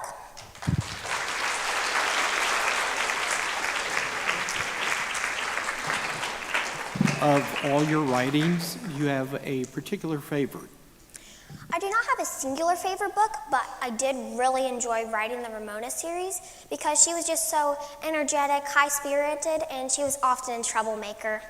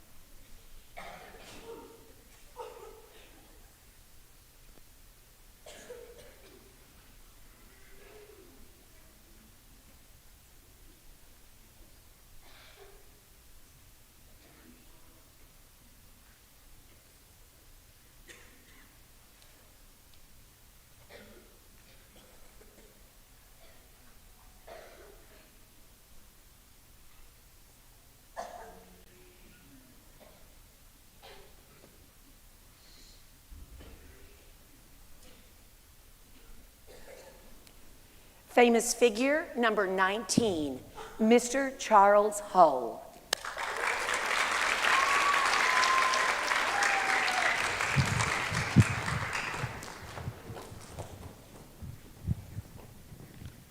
Hang on, I'm almost done. I've tried this almost 100 times, but every time it turns out stringy. I think this might be the time, though. My name is Charles Hull, but my friends call me Chuck. I was born in 1939. My love of robotics started at an early age on my parents' Lester and Esther's farm. I spent a significant amount of time tinkering in their barn. Then I got a pilot's license. I love flying because it gives me a whole new perspective on the world. Sometimes I take my camera up there and take pictures of everything below. After high school, I went to the University of Boulder, Colorado. After that, I worked at UVP Inc. with my wife, Antoinette. Then one night, I had an idea that would change the world. Almost everything you buy is either made in a big factory or has to be casted or carved, and it takes a long time to get anything made. This would be a small machine that can make almost anything. So, almost every night after work hours, I worked on my stereolithography machine. Most young people nowadays know it as a 3D printer. It uses photopolymer resin, which cures in UV light. UV lasers move to create one layer at a time. And then it was done. The first 3D print ever. This small cup is what got me inducted into the Inventors Hall of Fame. I am amazed at how much my invention has evolved. Now people can 3D print in metal, plastic, concrete, and even chocolate. The first time I realized how much my invention could truly help people was when there were these two conjoined twins. The doctors thought that one of them would never be able to walk again. But my invention 3D printed a model of the leg bone, and now both of them can walk. My invention is used across the world in the medical field. Almost everybody knows about 3D printers, but not many people know the story behind them. Great ideas don't start in big labs or factories. They start in you. What will your curiosity create?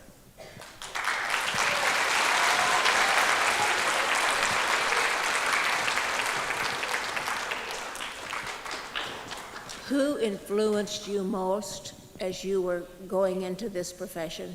What? Who influenced you the most? Who helped you the most as you were going into this profession? My wife, Antoinette, she always supported me, and we worked together for a very long time.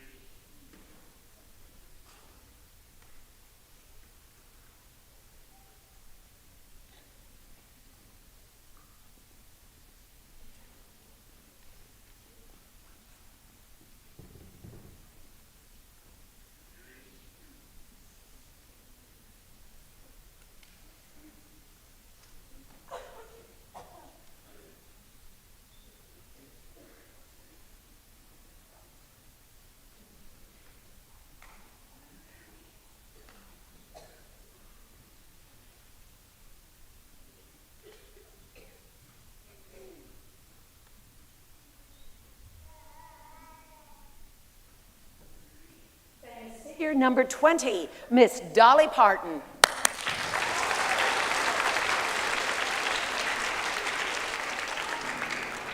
Nine to five, crawling away to make a living. Oh, hey! Y'all want to know more about me? I'm Dolly Rebecca Parton, born January 19, 1946, in Locust Ridge, Tennessee. My parents are Avery Lee and Robert Parton. I had 11 siblings. Isn't that crazy? We were dirt poor. Due to that, we had to share a one-room bedroom with my 11 siblings. Believe me, it was crowded. Soon, y'all want to hear more about my singing career? Okay, well, when I was 6, I started at churches. Then I decided since I liked that so much, my occupation would be a songwriter. But I became much more. Y'all know me, I'm Dolly Parton. I married Carl Dean in 1968. We had no children. I had a quote I said for that. I said, I think it was God's plan for me not to have any children, so everyone else's kids would be mine, and now they are. Well, in 1971, I wrote my first album called Joshua. The same year I wrote Coat in Many Colors. Personally, my favorite album, and it was named my one most important albums. Well, in 1973, I wrote my Tennessee Mountain Home. It was about my childhood home. In 1986, I made my own theme park called Dollywood. Well, In 1988, my favorite achievement is I had the Dollywood Foundation. It was for 0 to 5-year-old children to get a free book every month. Isn't that awesome? Well, I hold 11 Guinness World Records, and in 2024, I was named Billboard's 101 Greatest Country Music Artists. Sadly, March 3rd, 2025, my husband died. But I knew he would want me to keep strong, so that's exactly what I did. Look at me now. I'm 80 years old today, better than ever, and I want you all to remember something. Make sure you be yourselves, even when people think that you're not good enough. And always stay strong. Well, I must get going. I have to finish my amazing song.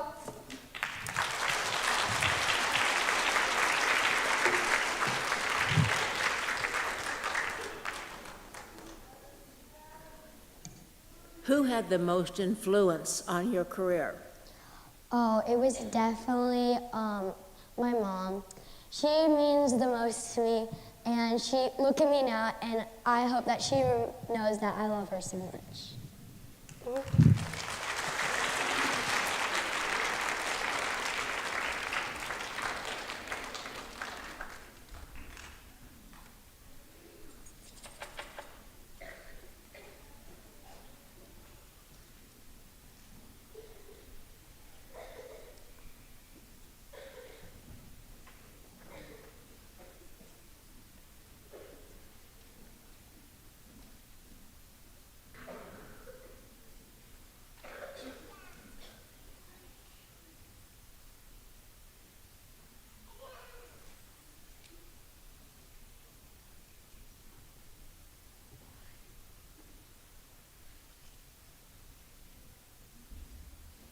And we are ready for famous figure number 21, Ethel Catherwood.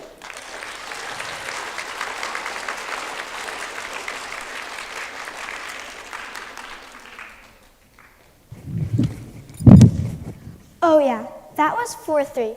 Easy for me. Hi, I'm Ethel Catherwood, the first woman to win a gold medal in high jump at the Olympics. I was born on April 28, 1908 in Hannah, North Dakota. I was the 6th of 9 children in my family. My father was Joseph Catherwood Jr., and my mother was Ethel Jane Catherwood. When I was 17, my family moved to Saskatoon, Saskatchewan, Canada. While there, I won the Saskatoon High School City High Jump title. It was Bedford Road Collegiate. That was the school I went to. My nickname was Saskatoon Lily. A sports writer once told me that I was as pretty as a lily flower. I played many sports growing up and loved playing baseball, basketball, and track and field events. My dad taught me how to high jump into a sand pit when I was 10 years old. He taught me the scissor kick method, which was popular at the time.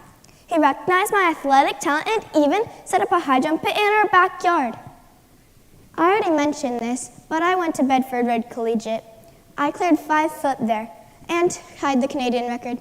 Later that year, I broke the British record for high jump with a clearance of 5 feet 2 and 7/16 inches. I became a world-recognized athlete for high jump at this time. I was able to compete in my favorite track and field event, high jump, at Saskatchewan and Ontario before going to the 1928 Amsterdam Olympic Games. This was the first time women were able to take part in the Olympics. I won a gold medal in high jump and cleared 5 feet 2.5 inches. I was the first Canadian woman to win a gold medal. I showed all women that they could do anything if they put their mind to it with hard work. I retired at the age of 23 because of injuries. I eventually moved to California, where I lived for the remainder of my life. My accomplishments were memorable, but I did not speak about them publicly. I declined interviews, did not go to reunions, and refused to go to the induction for the Sport Hall of Fame. I even sold my trophies and medals. My accomplishments were memorable. I sadly died at the age of 79 from bone cancer. People will remember me for my high jumping career and making competing look effortless. Oh, that reminds me, gotta do 5 foot. This should be easy for me.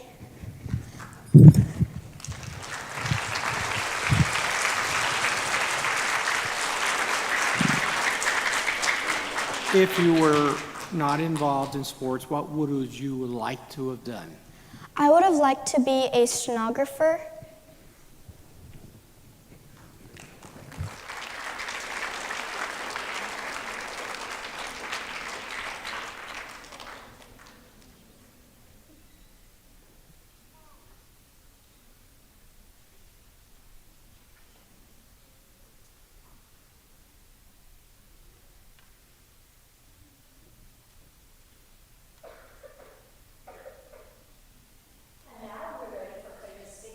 '22, Alexander the Great.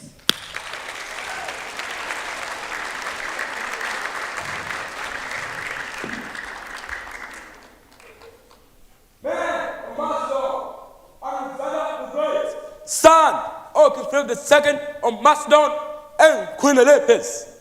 I was born in Pella in 356 BC. My father taught me how to conquer and rule. My mother taught me honor and courage. From a young age, I dreamed of greatness and adventure. As a boy, I studied with Philip Asturias. He taught me about science, philosophy, and the souls of heroes. That the courage and knowledge must work together. The wise man guides a strong hand. From a young age, I tamed a horse named Asturias. No one else would ride him because he was wild and afraid. But I saw what others did not. He was afraid of his own shadow. So I turned for the sun and rode him. From that day on, he became my companion. That experience taught me an important lesson. A great leader sees what others can't. When I was 20, my father died. When he thought he was young to rule, but I was willing to do wrong. I began conquering land one by one, with an empire larger than anyone before me. I defeated the mighty Persian Empire and its king, Ellis III. I fought many battles, from the Battle of Ishwa and Galema. I traveled across rivers and mountains, bring cities and empires under my rule. I entered the lands of Egypt, finally the city of Alexander, became a center of trade, learning, and culture. I expanded my empire to the east, towards the lands of India. I conquered unknown land, met new people, and expanded my empire. After my conquest from the east, I entered the city of Babylon. And before I entered the city, I was warned by the priest not to enter, as I read in the sky that something bad is going to happen to me. But I ignored them and entered the city. Should have not, but I did. I drank too much to say, but I never believed. On the next day, I felt ill, too ill even to stand, too ill to talk. On the next day, in 323 BC, I died. But I never conquered for wealth, but for glory and the chance of the world. I want to leave a mark in history for generations. Remember me. I am Alexander the Great, and my story will be remembered. Man of Macedon, I command you to charge.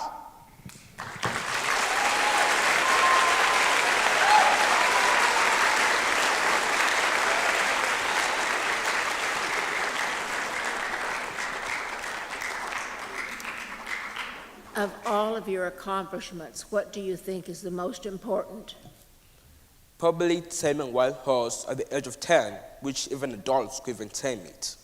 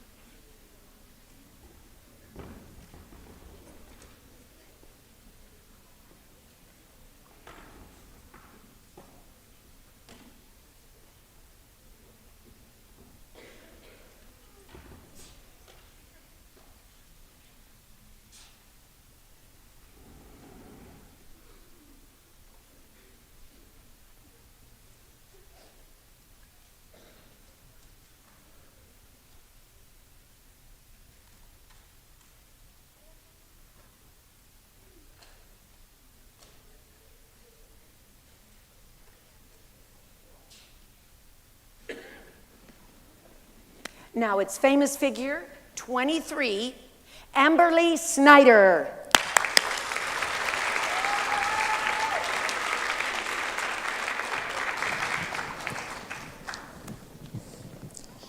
And that's why you should never give up on your dreams. Thanks for having me, VES. Oh, hey there. I was just finishing up a motivational speech for the Victoria students. I bet you're curious why I'm in this chair. Well, let me start from the beginning. My name is Amberly Snyder. I am a professional bear racer who never gave up. I was born on January 29, 1991 in California. I fell in love with horses at the age of 3. At the age of 7, my family moved to Utah. I told my dad I would not be going unless he got me a barrel racing horse. And yep, I got that horse. As a child, you could find me at the rodeo. Barrel racing was always my favorite. I was as spunky and competitive as my horsepower. By high school, I had won national and world rodeo titles. My parents always said, hard work beats talent when talent doesn't work hard. I was so excited for college, but then everything changed. I was driving to a rodeo and I looked down at my map. My truck rolled 7 times. I had been slammed into a fence post. I could not feel my legs. After a 5-hour surgery, the doctor said I would never walk again. I refused to believe him. I made 3 goals: walk, ride, rodeo. I spent my 19th birthday in the hospital. My dad cheered me up when he surprised me with a brand new saddle. We even used it in physical therapy to help me gain balance. 4 months later, I got back on my horse. Without the use of my legs, I felt like I was going to fall off. It was so terrifying that I even begged my mom to sell my horses.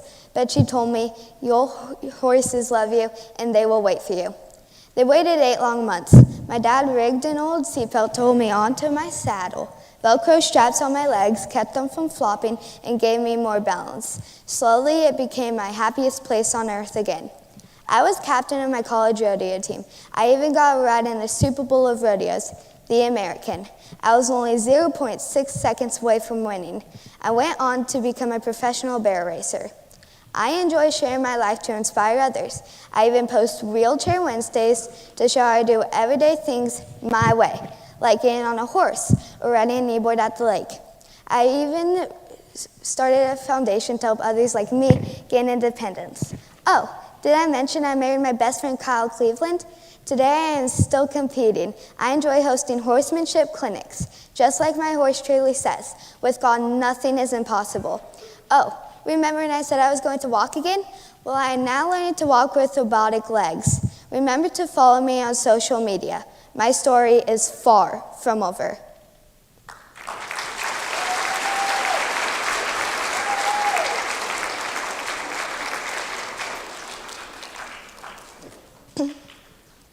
What do you think you'll be most remembered for? I think I will be most remembered for definitely starting a foundation and helping people like me gain independence and to follow their dreams.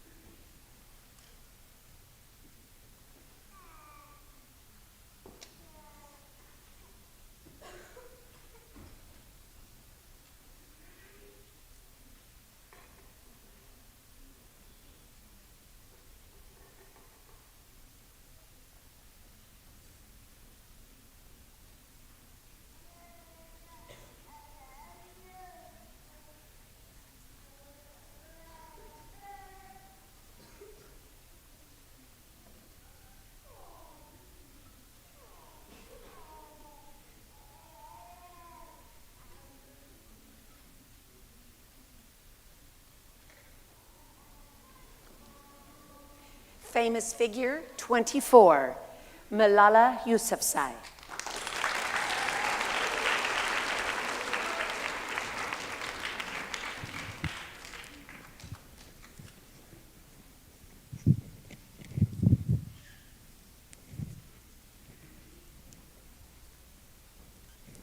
Dear brothers and sisters, we are all equal. My name is Malala Yousafzai, and I'm the girl that got shot in the head by the Taliban and survived.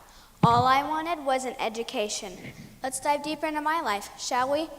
First off, I was born in Mingora, Pakistan on July 12, 1997.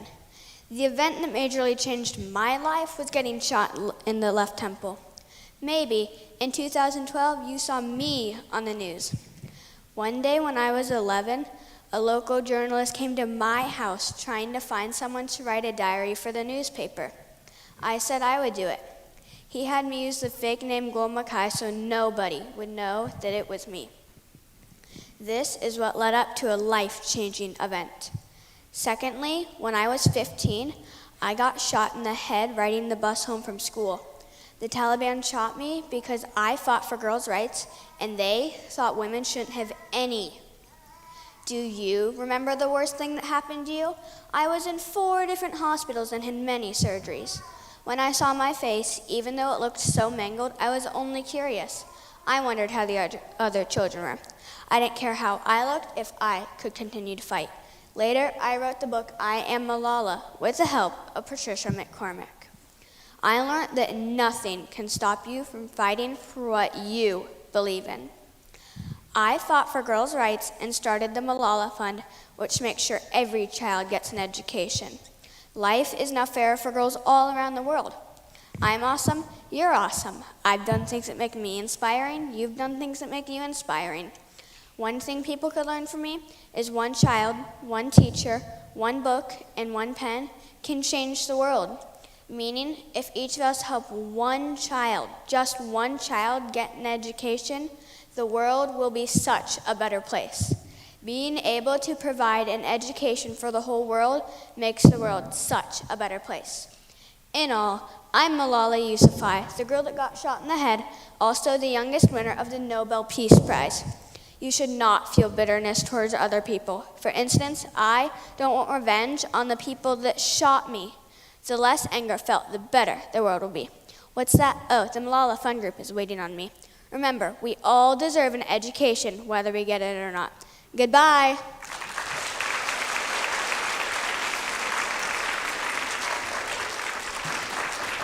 What do you hope that young women will take away from your story?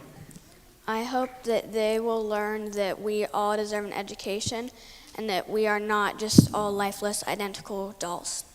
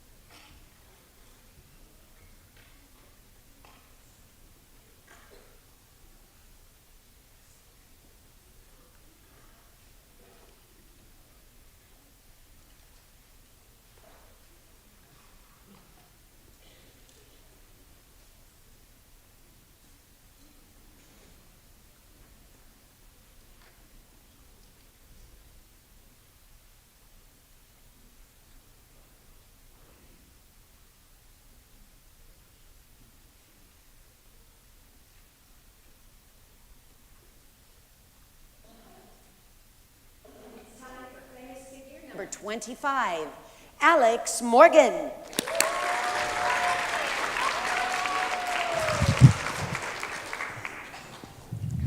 From growing up loving soccer to playing on an experienced team with my home country, USA. If I had given up, my journey was over. So I kept dreaming. I kept pushing, learning, and learning from my mistakes. And learning from the mistakes is where it got me here today, being one of the women's world's greatest history soccer legends. I taught my fans and the people out there that if you give up, your dreams are over. But if you're like me and you keep pushing, learning, and learning from your mistakes, learning from the mistakes can teach you that your dreams are never a joke. Hi, I'm Alex Morgan, short for Alexandra Patricia Morgan. I was born on July 2nd, 1989 in San Dimas, California. Then, when I was a little older, me and my family moved and I grew up in Diamond Bar, California. My parents are Michael and Pamela Morgan. I'm the youngest of 3 daughters. My 2 older sisters are Jenny and Jerry Morgan. I never got to experience the sport that I love today, soccer, until I was at the age of 14. I sure did want to do a lot of sports, but I never had the time. In 2007, I began studying at the University of California, Berkeley. Then, in 2008, I played my first ever World Cup match with my home country, USA. A couple years later, in 2013, I got the chance to hold a book signing for my new book, The Kicks, which talks about 12-year-old girl Devin Berg, who has to go through kindness, careness, and sportsmanship for soccer. A year later, I married my college lover, Servando Carrasco, on New Year's Eve. We partnered with Coca-Cola for our wedding. A year later, I was a presenter at the ESP 2015 Awards, where me and my teammates won Best Team of the Year and got the chance to meet President Barack Obama. On June 12, 2018, I got the chance to play in the movie of Alex and Me, which talks about me, Alex Morgan, playing myself and helping Sienna Agudong, who plays Reagan. On October 23rd, 2019, I announced my first ever pregnancy, my first ever baby. Then, on May 7th, 2020, baby Charlie Elena Carrasco was born. Due to the pregnancy, Dad had me out the field for months. I played my first game back in November of 2020. Then, on November 13th, 2020, I was the 13th woman who got the chance to play in the 200 international games. There is where I scored more than 100 international goals. But sadly, on September 8th, 2024, I had to end my career just because me and my husband wanted to have more kids. But some exciting news happened. In February of 2025, I announced my second pregnancy with my second ever baby. Then, on March 31st, 2025, baby Enzo Michael Carrasco was born. I have been a defending figure in women's football for the last decade or so. My work included being a treble winner with Loin and a 2-time World Cup champion with the Women's United States national team. Just a couple of months ago, I became the latest name in a long line of sporting greats to announce my retirement. In 2013, I had put my hardest work I could into it. Meanwhile, my husband retired back in 2020 from soccer with Inter Miami FC. We are now spending time with our 2 kids, Charlie and Enzo. Charlie will be turning 6 in May, meanwhile Enzo is already 1. I taught my fans that hard work does pay off, and if your hard work does pay off, your dreams can go as far as you want. And remember, Alex Morgan will always be known as Forever 13. Well, let's take her out of time. Bye.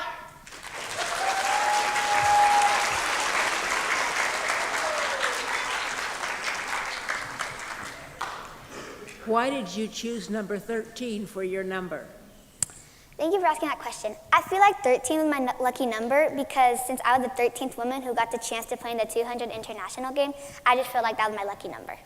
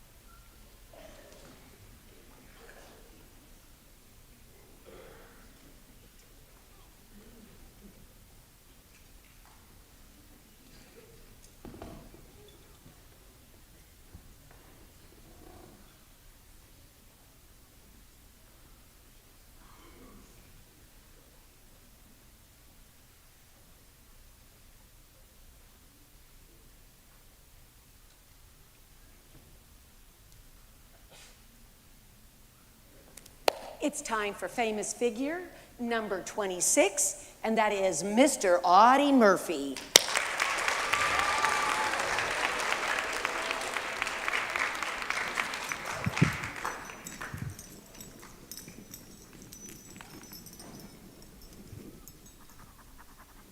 Oh, hello there. My name is Audie Murphy. I was born into a poor family on June 20th, 1925 in Kingston, Texas. Most people would say that my childhood was disorderly. My dad, Emmett Murphy, was in and out of the house often. I dropped out of school in 5th grade, started picking cotton in a field for $1 a day to help feed the family. My mother, Josie, fell ill, and not long after she passed, I became the man of the house when I was 16. Also when I was 16, I tried joining the Army, Navy, and Marines, but was rejected by all three for being underage and underweight. When I was 17, my older sister forged papers to change my age to 18 so I could join the Army. I went to basic training at Camp Walters and advanced training at Fort George G. Meade, Maryland. My friend, PFC Laddie Tipton, was shot by a German soldier pretending to surrender when we were trying to take a machine gun nest. This caused me to become enraged. I jumped up and assaulted the nest by myself. This earned me the Distinguished Cross for extraordinary heroism. On January 26, 1945, lay down on the ground in the snow near the town of Oldsbeer, France. I'm tasked with holding an important roadway. Our reinforcements have been delayed indefinitely. Through the smoke, I spy more than 200 heavily armed German soldiers, and they have tanks. The only armor we have is one potent, lightly armored M10 tank destroyer. I order my men to withdraw to a defensive position to the rear, and I try to call artillery, but I'm interrupted when tanks start opening up on the M10. I watch in exasperation as it takes a direct hit and bursts into a fireball. But I managed to transmit coordinates to the artillery battery miles away. Then, moments later, as if divine intervention, the field erupts in a wave of explosions, leaving it cratered and shrouded in smoke. The Germans continued their advance once again. I scanned the field for more targets. With the advancing infantry running for cover, I duck behind the turret and radio for artillery. Again, the friendly artillery lights up the field.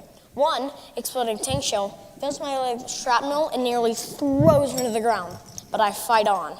It's only when I'm out of ammo, bloody, dazed, and exhausted, I limp back to my men as the tank explodes behind me. For my actions, I was awarded the Medal of Honor, and I became a national hero overnight. Throughout my life, I earned 33 medals for valor, including 2 Bronze Stars, 2 Silver Stars, 3 Purple Hearts, the Legion of Merit, and the French Legion of Honor. After the war, I had a successful acting career, and I would unfortunately die in a plane crash on May 28, 1971, near Roanoke, Virginia, at the age of 46.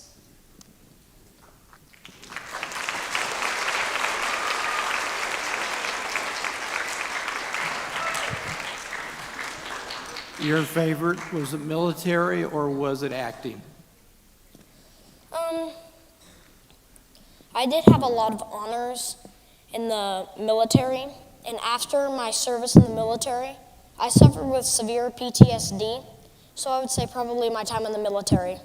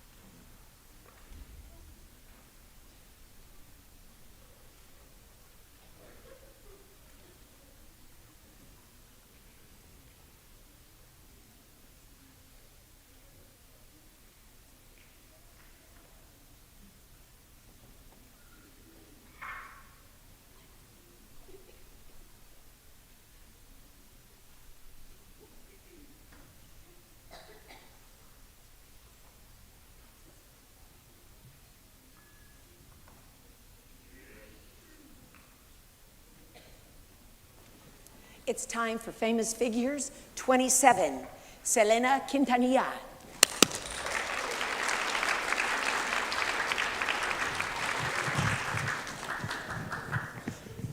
I was about to go perform, but I could spare a few minutes to tell you a little bit about my life.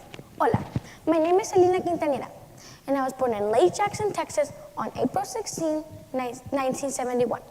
Before I was born, my parents Abraham and Marcel had my sister Suzette and my brother Abraham, or AB.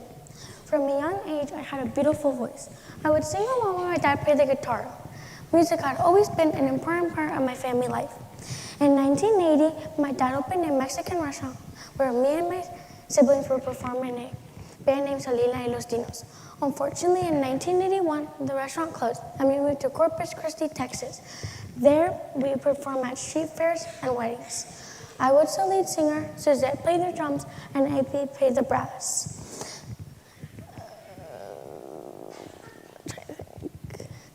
My dad wanted me to learn Spanish so that I can sing Tejano music. Even though I had to skip a lot of school days, I would still get good grades. I left middle school and began homeschool, traveling more often. Then Johnny Canales invited the band to perform on his music show when I was just 13. It was going to be my first time on television. When I was 15, I won my first Tejano Music Award. At 17, I earned my high school diploma and got accepted into Louisiana State University. I released my first solo album soon after. Then, on April 2nd, 1993, I got married to Chris Priss, who was a guitarist. I would visit schools and speak out against drugs. I gave money from my concerts to many charities. I was a fashion designer, actor, singer, and songwriter. Sadly, in 1995, March 31st, at the age of 23, I got shot by my manager. My last words were, Yolanda, room 158. The governor of Texas declared April 16 Selena Day in Texas. I better go. I can hear the crowd cheering my name. But before I go, I better tell you a little bit about my songs. So let me sing for you. Como la flor, con tanto amor, me estés tú, ser marchito, me marcho y yo sé perder, pero ay, ay, ay, como me duele. I hope you guys enjoyed my performance.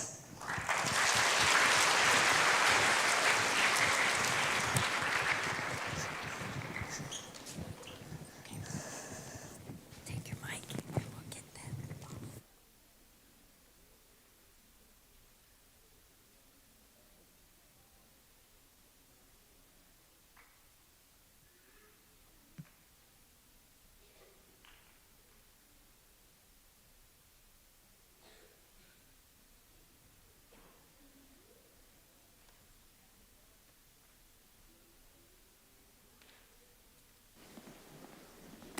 And now it's famous figure 28, Miss Amelia Earhart.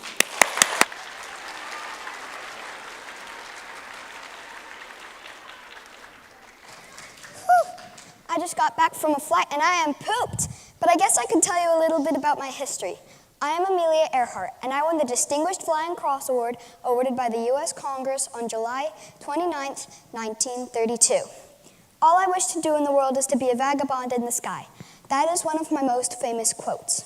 But on July 27th, 1897, little me was born in Atchison, Kansas, at my house. The first few years of my life, I grew up with my grandmother, Otis. Because of my mother's problems, she was busy. But 2 years later, I was blessed with a little sister, Muriel. For the first few years, I moved back with my mother, Amy, and my father, Edwin. We lived happily for the first few years. But then my father, Edwin, got addicted to alcohol, coming home every day from the office sloshed with the smell of whiskey on his clothes. Once I found one of his whiskey bottles and poured it all out. I believe Father would have hit Amelia if Mother did not come rushing in. My little sister Muriel once said. Soon my grandmother Otis died and is afraid to give her will to my mother because of Edwin's drinking problems. But soon later, we move and leave my father and leave to Chicago because until he can get clean for at least a week. Soon, once he finally proves us that he can stay sober, we move back together and all live happily. That all happened when I was from 10 to 16. As an adult, I've always longed for airplanes, so obviously I became a pilot. In fact, I loved flying so much that I became the first woman to fly across the Atlantic Ocean alone, non-stop. Obviously, I died in a plane crash, but my commander tried to help me from going too many feet away from the island I was supposed to be landing in. Then, one day, on July 22nd, 1937, my plane crashed, and there was only a 13% chance that I survived because no one ever found my body, only pieces of plane parts. But then, on July 3rd, 1937, I was declared dead, and everyone was terribly sad. But I made a big difference in my life, and hoping that you can one day become an amazing pilot just like I was.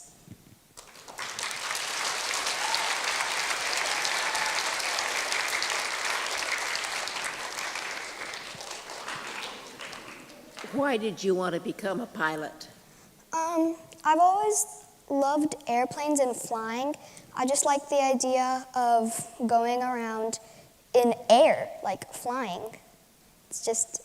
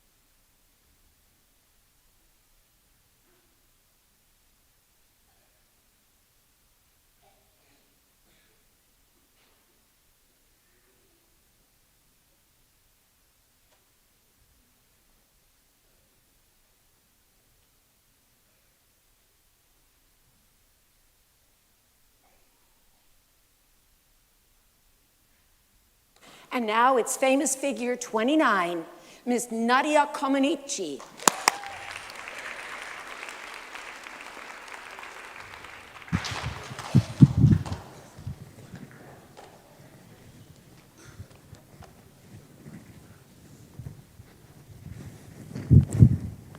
I bet my legs. Let me try that again.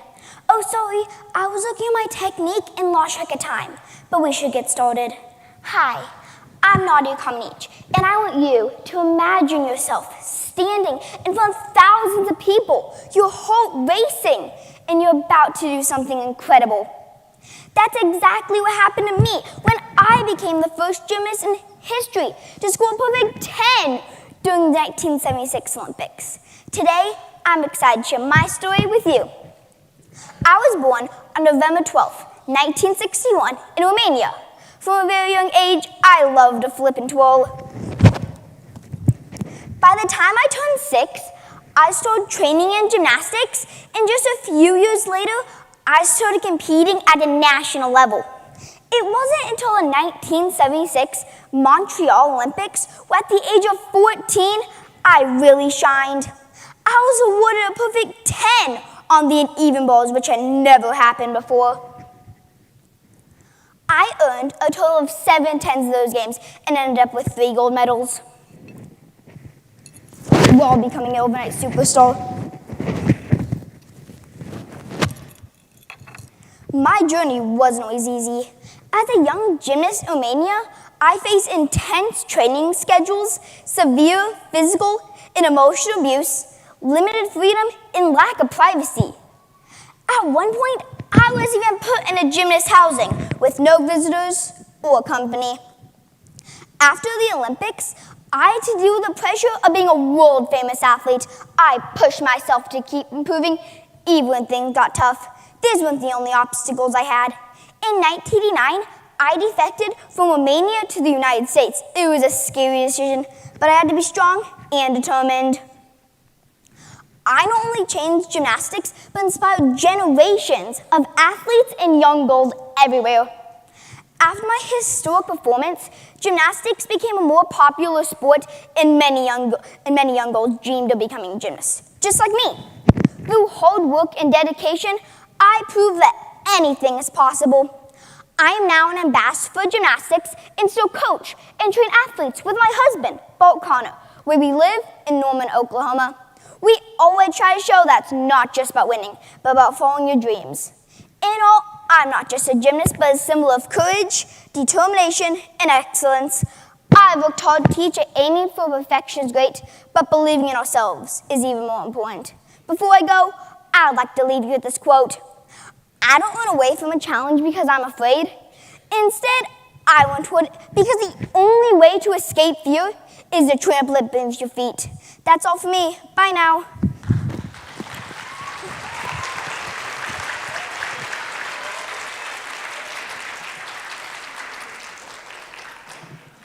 What encouraging word would you give to young girls that want to go into gymnastics? What? What words would you tell young ladies who want to go into gymnastics? I would tell them that to achieve something is to try hard. And that's what I did.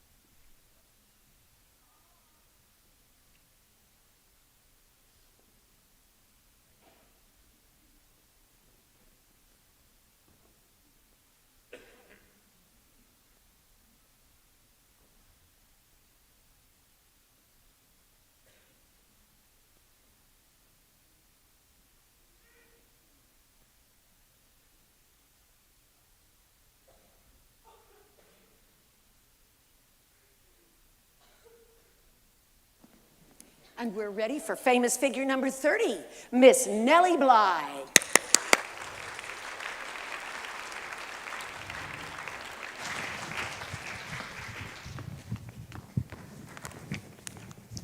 Oh, well, hello there. I didn't see you. Well, anyways, my name's Nellie Bly, and I was one of the first female investigative reporters in America. I was born May 5th, 1864, in Cochransville, Pennsylvania. I was one of the 15 children in my family. Sadly, my father passed away when I was only 6 years old, which caused financial problems for my family. When I was older, I read a newspaper article that said women were only capable of staying at home. I thought that was very unfair. So I wrote a letter to the newspaper saying women were very much capable of doing much, much more. I didn't know at the time, but that one brave letter changed my whole life forever. The editor was so impressed with my letter that he offered me a job as a journalist. That's my reason name, Nellie Bly.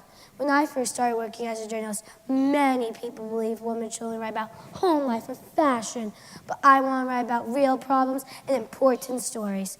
One of my most famous investigations happened in New York City, where I pretended to be mentally ill so I could be sent to a mental institution on Blackwell's Island to see how patients were treated. What I found was horrible. Patients were treated very badly, were given very little food, sometimes had to stay in cold rooms for long periods of time. I stayed in the hospital for 10 days, secretly watching everything that happened. When my newspaper helped make a release, I wrote about what I saw. My story shocked many people. Because of my investigation, the hospital was investigated and more money was given to the hospital to improve care for patients. Later in my life, I wrote a book about this experience called 10 Days in the Madhouse, but my adventures didn't stop there. 1889, I decided to travel around the world faster than the character book. Around the world in 80 days. I traveled across countries by train and ship, only carrying one small bag. People across the country followed my journey in the newspaper like it was a big race. I finished my journey in 72 days, what's a world record back in my day. Later in life, I married a businessman named Robert Seaman. After he died, I helped run his company. Many people believe women could not run large companies. While I was running the company, I even became an inventor and received a patent for a new kind of metal barrel, which is the industry standard for transporting oil. I traveled to Europe to report on World War I, becoming one of the first female war reporters. I lived a life full of adventure till I passed away from pneumonia at the age of 57 in 1922. But today I came back to tell you my story. My name is Nellie Bly, and I showed the world that courage and curiosity can change things. Now, if you excuse me, I have another adventure waiting for me.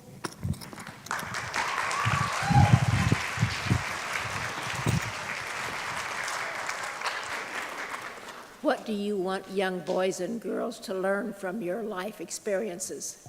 That you should stick up for what you think is right and never be afraid to do anything that you believe in.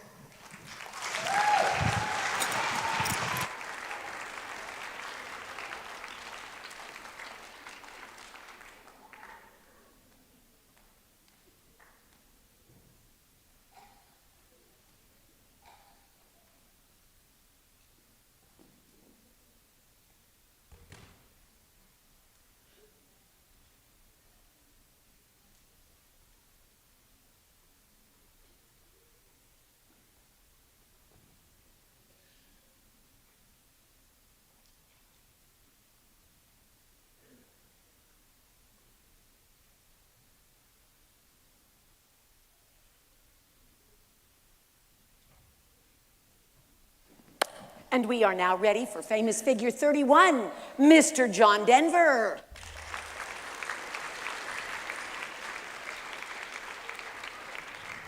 Roads take me home to the place I belong. My name is Henry John Deutschendorf Jr., but most of my fans know me as John Denver. I was born on December 31st, 1943, in Roswell, New Mexico. My brother Ron was born a year later in the same exact building. My mother's name was Irma, and my father's was Henry John Deutschendorf Sr. I moved around a lot as a child because my father was an Air Force officer. We usually stayed in each place from 2 to 8 years. Because of this, I got to live in the coasts, deserts, mountains, woods, prairies, and the plains, inspiring me to become an environmentalist later in my life. In 1954, my grandmother got me my first guitar, a vintage Gibson F-hole archtop, thus starting my musical career. As I entered adulthood, I adopted the stage name of John Denver because of my love for Colorado. In 1966, I married my first wife, Annie. During our marriage, we adopted 2 children, Anna and Zachary. Annie later divorced me. Another thing that happened in 1966 was I wrote my first song, named it Babe, I Hate to Go, later famous as Leaving on a Jet Plane. This song was why people first recognized my talent. In 1970, I wrote one of my most famous songs, Country Roads Take Me Home, sending me to a spiral of happiness because I won the award of Best-Selling Recording Artist of America. Another thing that song helped was I got to be in my first movie called Oh God. 5 years later, I got a Muppets partnership in 1979. And in 1985, I became the first American to perform for the Soviet Union. In 1988, I married my second wife, Cassandra. During our marriage, we had our miracle child, Jessie, but Cassandra also later divorced me. A bit later, I accepted a tour in China, making history, becoming the first Western artist to complete a multi-city tour of mainland China. The last movie I was in was called Walking Thunder. The year before my death, I got my pilot's license taken away because I could not stop drinking, and I got in a lot of car crashes, making it to where I could not pilot a plane anymore. My death was a tragedy for the whole world. I died on October 12th, 1997, at the age of 53, while illegally flying a Ring-Bong EZ plane due to a design flaw and me accidentally pressing down on the rudder pedal, sending me into a spiral, plummeting to my death at Monterey Bay, California. My last words were, "Do you have it now?" This was a common question regarding to a transponder signal. I was trying to manage a mechanical issue with the aircraft rather than pondering that I was about to crash and die. Although my life ended well, I still had a lot of music to make. My legacy still lives on.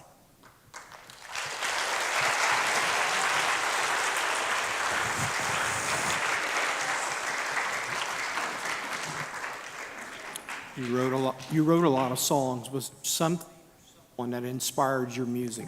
I'd say my children and both of my wives because I loved them and they were my family.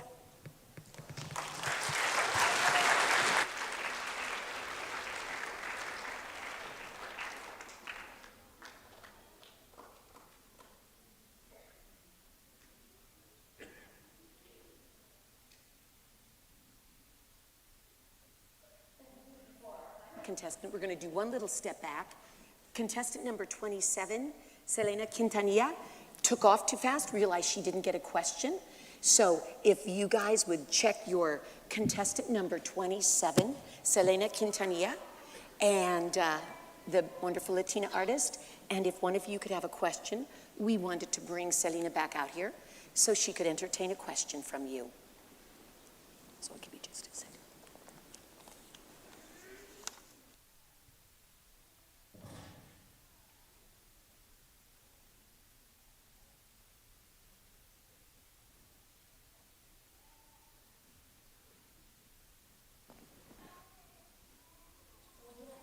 Famous figure number 27, Selena Quintanilla. We are going to give her her question from the judges.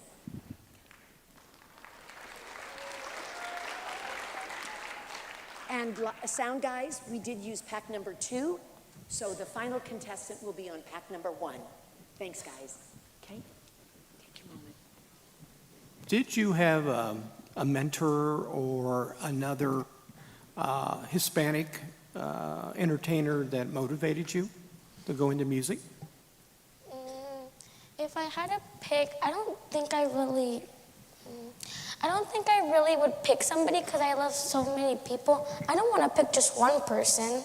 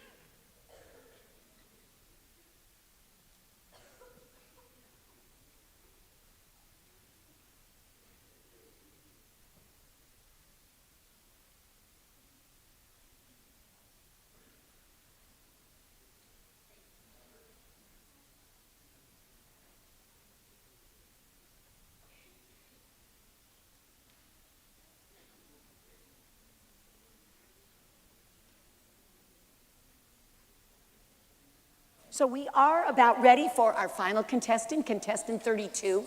After the conclusion of this performance, I would like to get all the Famous Figures kiddos that are upstairs watching, come down to the dressing rooms. You guys can stretch your legs. We do allow the judges a little bit of time. They've got some tough decisions, so we're going to give them a little bit of time to work on that. Please stay away from the front of the stage area while they do. But again, we can't finish until we wrap up our Famous Figure number 32, and this is Bethany Hamilton.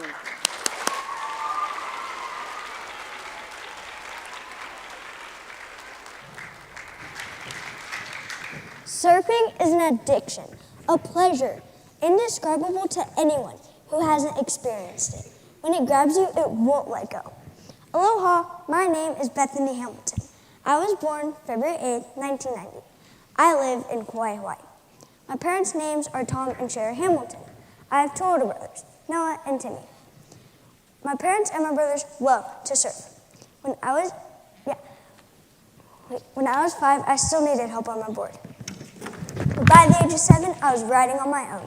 When I was 8, I entered my first competition. By 9, I already had sponsors. On October 31st of 2003, I woke up at 5 a.m., hoping the waves would be good enough to surf. Me and my mom went to Tunnels Beach. The waves weren't very good, but I made it work. Right as me and my mom got there, my best friend Elena, her brother Byron, and her dad Holt showed up. My mom decided to go, but I stayed.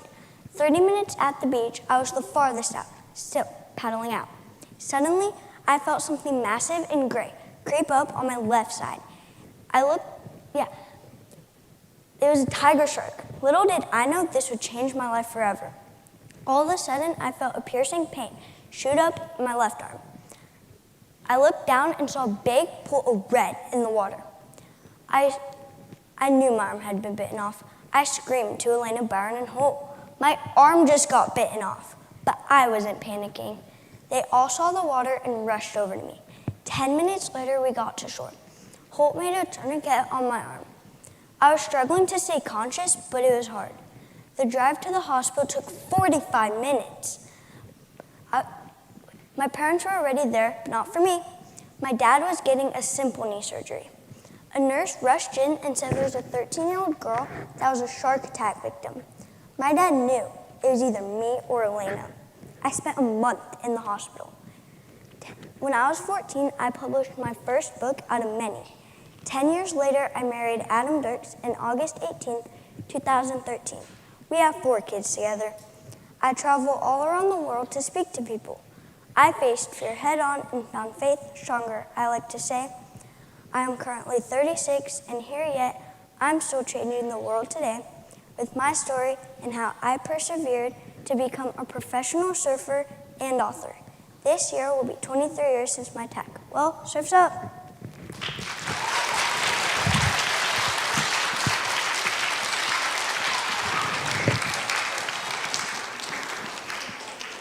Who was most influential in your whole career? Can you say that again, please?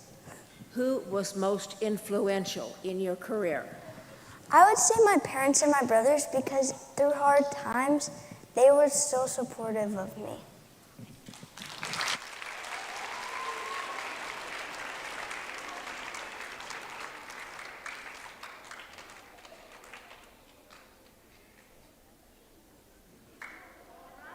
We'll get some lights in here, and everybody stretch your legs, hit the restrooms if you like, but we're gonna I'll keep you posted, but we're gonna shoot for about 10 to 15 minutes.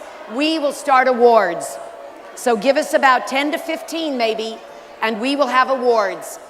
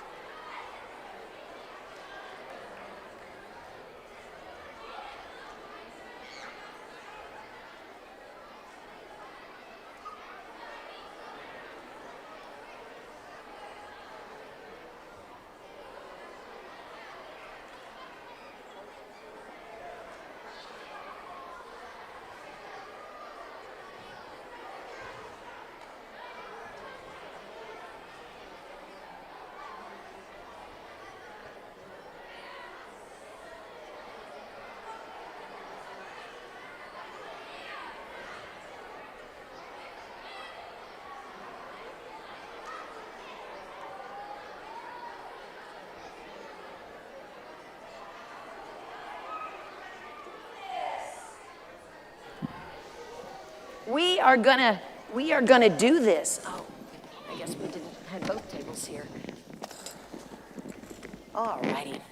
Well, this was a lot of fun, and I'll tell you, I am just so impressed with these amazing young people. They did an outstanding job, and I'm so glad that now I get to introduce them to everybody with their name and their school so that we can truly give them the recognition they deserve. As I said, every one of these students, being a winner, is going to be receiving an engraved gold medal with drama masks on the front and commemorating this event on the back.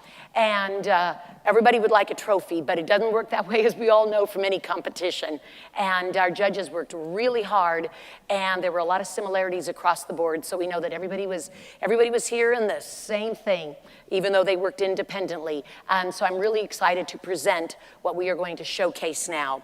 And what we're going to do is introduce these young people in the order in which they performed today. And we'll start a line here and go down, and when we get to about 17 or 18, we'll start a second line at the front. So feel free to take any photos you'd like, and when it's over with, if you want shots of them on the stage, if anybody wants to group students from your school together for more photos, we're not going to race anybody out of here. We'll just release the kids and they can get their things, and everybody head back to school very proud, as they all should be. I want to again thank our sponsors, the Hayes Rotary Club. I want to thank our wonderful judges, Mary Ann Thompson, Janice Lee, and Jean Stramel, Chandler Rich, Hayes Arts Council Director, for keeping time for everything. I also want to thank Ann and Sharon for hustling so hard backstage to help with all the mics and the props and the transitions. And of course, as always, a big thank you to the folks here at Beach Schmidt. Luke LeCount, who's the director of Beach Schmidt, everything technically that goes on in here, and his fabulous assistant, Tate Dinkle. We really appreciate being able to use this space for an event like this. It makes it all the more special, but not as special as these young people. And so we are going to introduce to you famous figure number 1 was from Roosevelt as Malala Yousafzai, Riley Liker. Are you gonna, Sharon, are you gonna hand out the awards? Are you gonna give out? No, I have to introduce them. No, Sharon, you're gonna, yeah. Sorry, no, you have to get them. Okay. No. One at a time so they have their moment. Okay. So you give out those medals, and there's more here. Okay, again, this was Riley Liker as Malala Yousafzai. Let's have another round of applause as she gets her medal. Okay, and famous figure number 2 from Wilson Elementary is Bethany Hamilton. It was Ember Preisner.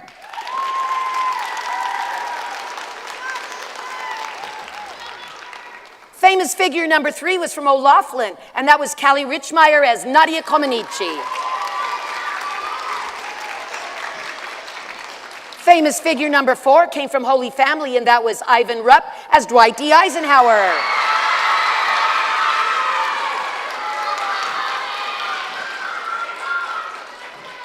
Number 5 was from Roosevelt, and that was Selena Quintanilla, Ali Cabrera Ramirez. Number 6 was from Washington and Ellis. As Dottie Schroeder, it was Emma Wickert. Number 7 was from Victoria. As Nicholas Copernicus, Davon Rufus.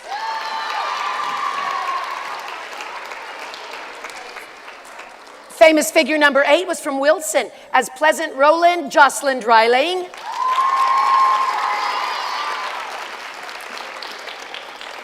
Famous figure number 9 was from O'Laughlin as Mary Cassatt, Evelyn Bryant.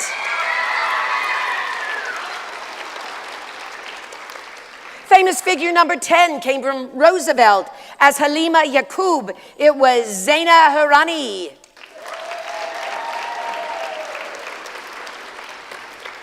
Number 11 was from St. Mary's in Ellis as Flo Hyman, Ainsley Haas.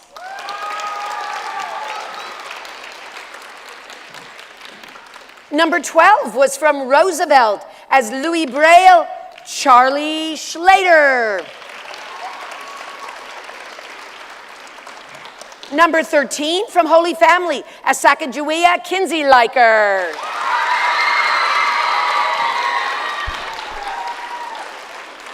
Number 14 was from Wilson as Harriet Tubman, Camber Cunningham.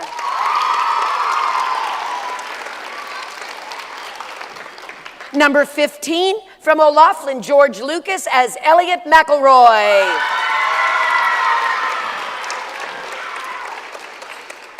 Number 16, from Roosevelt as Catherine Donahue, Aspen Brull.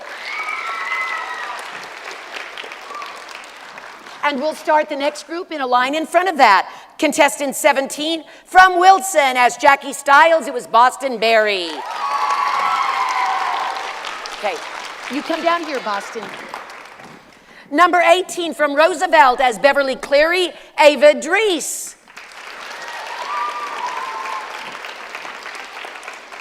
Number 19, from O'Laughlin is Charles Hull, William Meyer.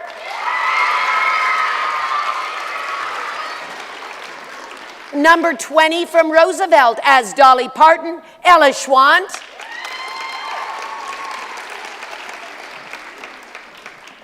Number 21 was from Washington Grade School in Ellis as Ethel Catherwood, Kenzie Flynn.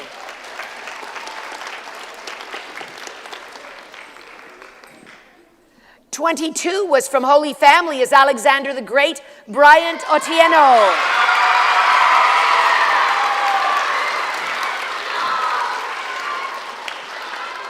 '23 from Victoria as Amberly Snyder, Josie Oddly.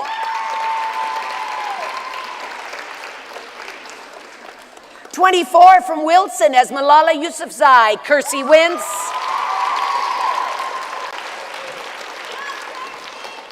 '25 was from Roosevelt. That was Alex Morgan, portrayed by Hetzi Cabrera Ramirez.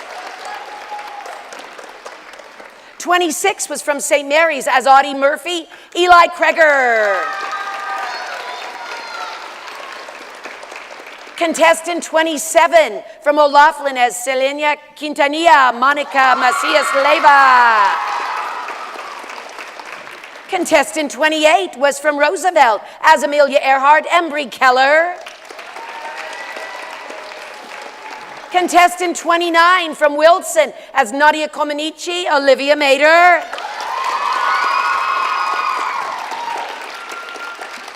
Contestant 30 was from Holy Family as Nellie Bly, Kennedy Craythorne.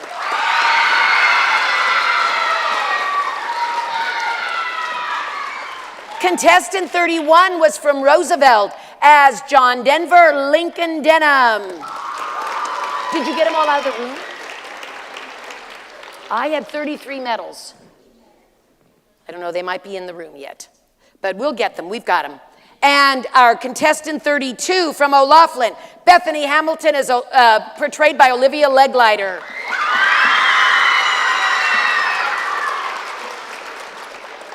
And these are our famous figures contestants. I'm going to do a shot from up here. I always do, it's just the thing. Everybody this way. Everybody's happy right now because nobody's gotten a trophy. All righty. But I knew we had enough. I always buy one more than we need, just in case. But now we are going to move on to our award winners. And we did have some ties, so I got to call the trophy place and order a few extras, and those will be presented when we perform at Rotary. Rotary is our sponsor. They love this program, and so on Monday, I know it's an in-service for a lot of our schools, or at least for some of them, and I didn't even look at which schools are on here. I'm just putting numbers down. But we perform at Rotary for their noon meeting on Monday. If somebody can't because you're going out of town, it's not the end of the world, but we ask for all of the trophy winners to perform at Rotary on Monday so that everyone in the club, including Janice, gets to watch the performances. Plus, I love being able to watch the performances. It's the first time I get to watch them. And so Monday we'll be doing that. I'll get word out to the school. Just for your information, it's for at the venue at Thirsties. Right, Janice? That's where you guys meet now, where the Rotary meets now. All righty, we are going to start with 5th place. Here we go. All righty. 5th place is going to contestant number 5 from Roosevelt as Selena Quintanilla, Ali Cabrera Ramirez.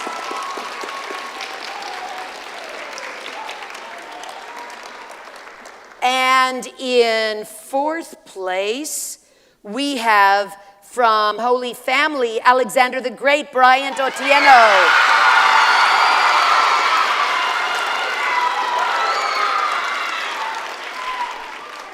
In third place, let's see here. Okay.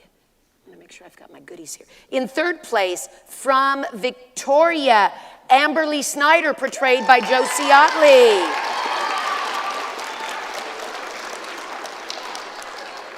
And we have a three-way tie for second, so I'm going to get 2 more second place trophies. They had the exact same score across the board.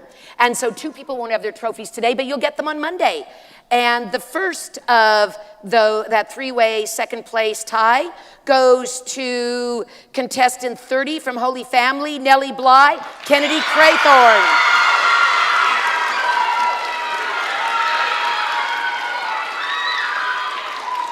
One of those trophies is also going to contestant 14 from Wilson, Harriet Tubman.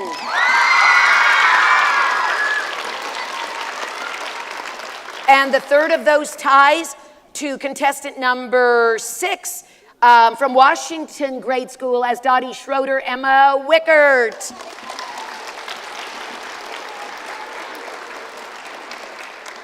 And this year's first place trophy goes to contestant 10 from Roosevelt as, let me see if I get the pronunciation on that right, as Halima Yaqub. It is Zaina Harani, our first place contestant. And these are our trophy winners, our other amazing candidates. They've all been wonderful. Let's give them a round of applause. They were fantastic.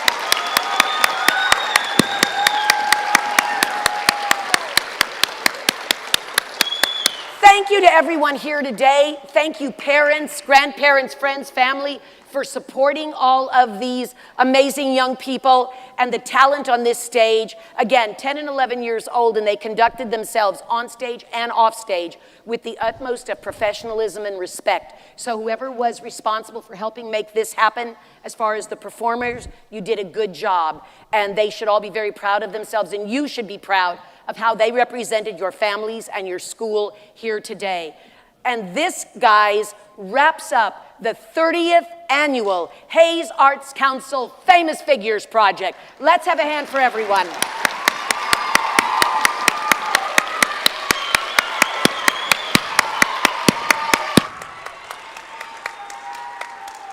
That's a wrap until next year. Thank you all. Congratulations, you guys.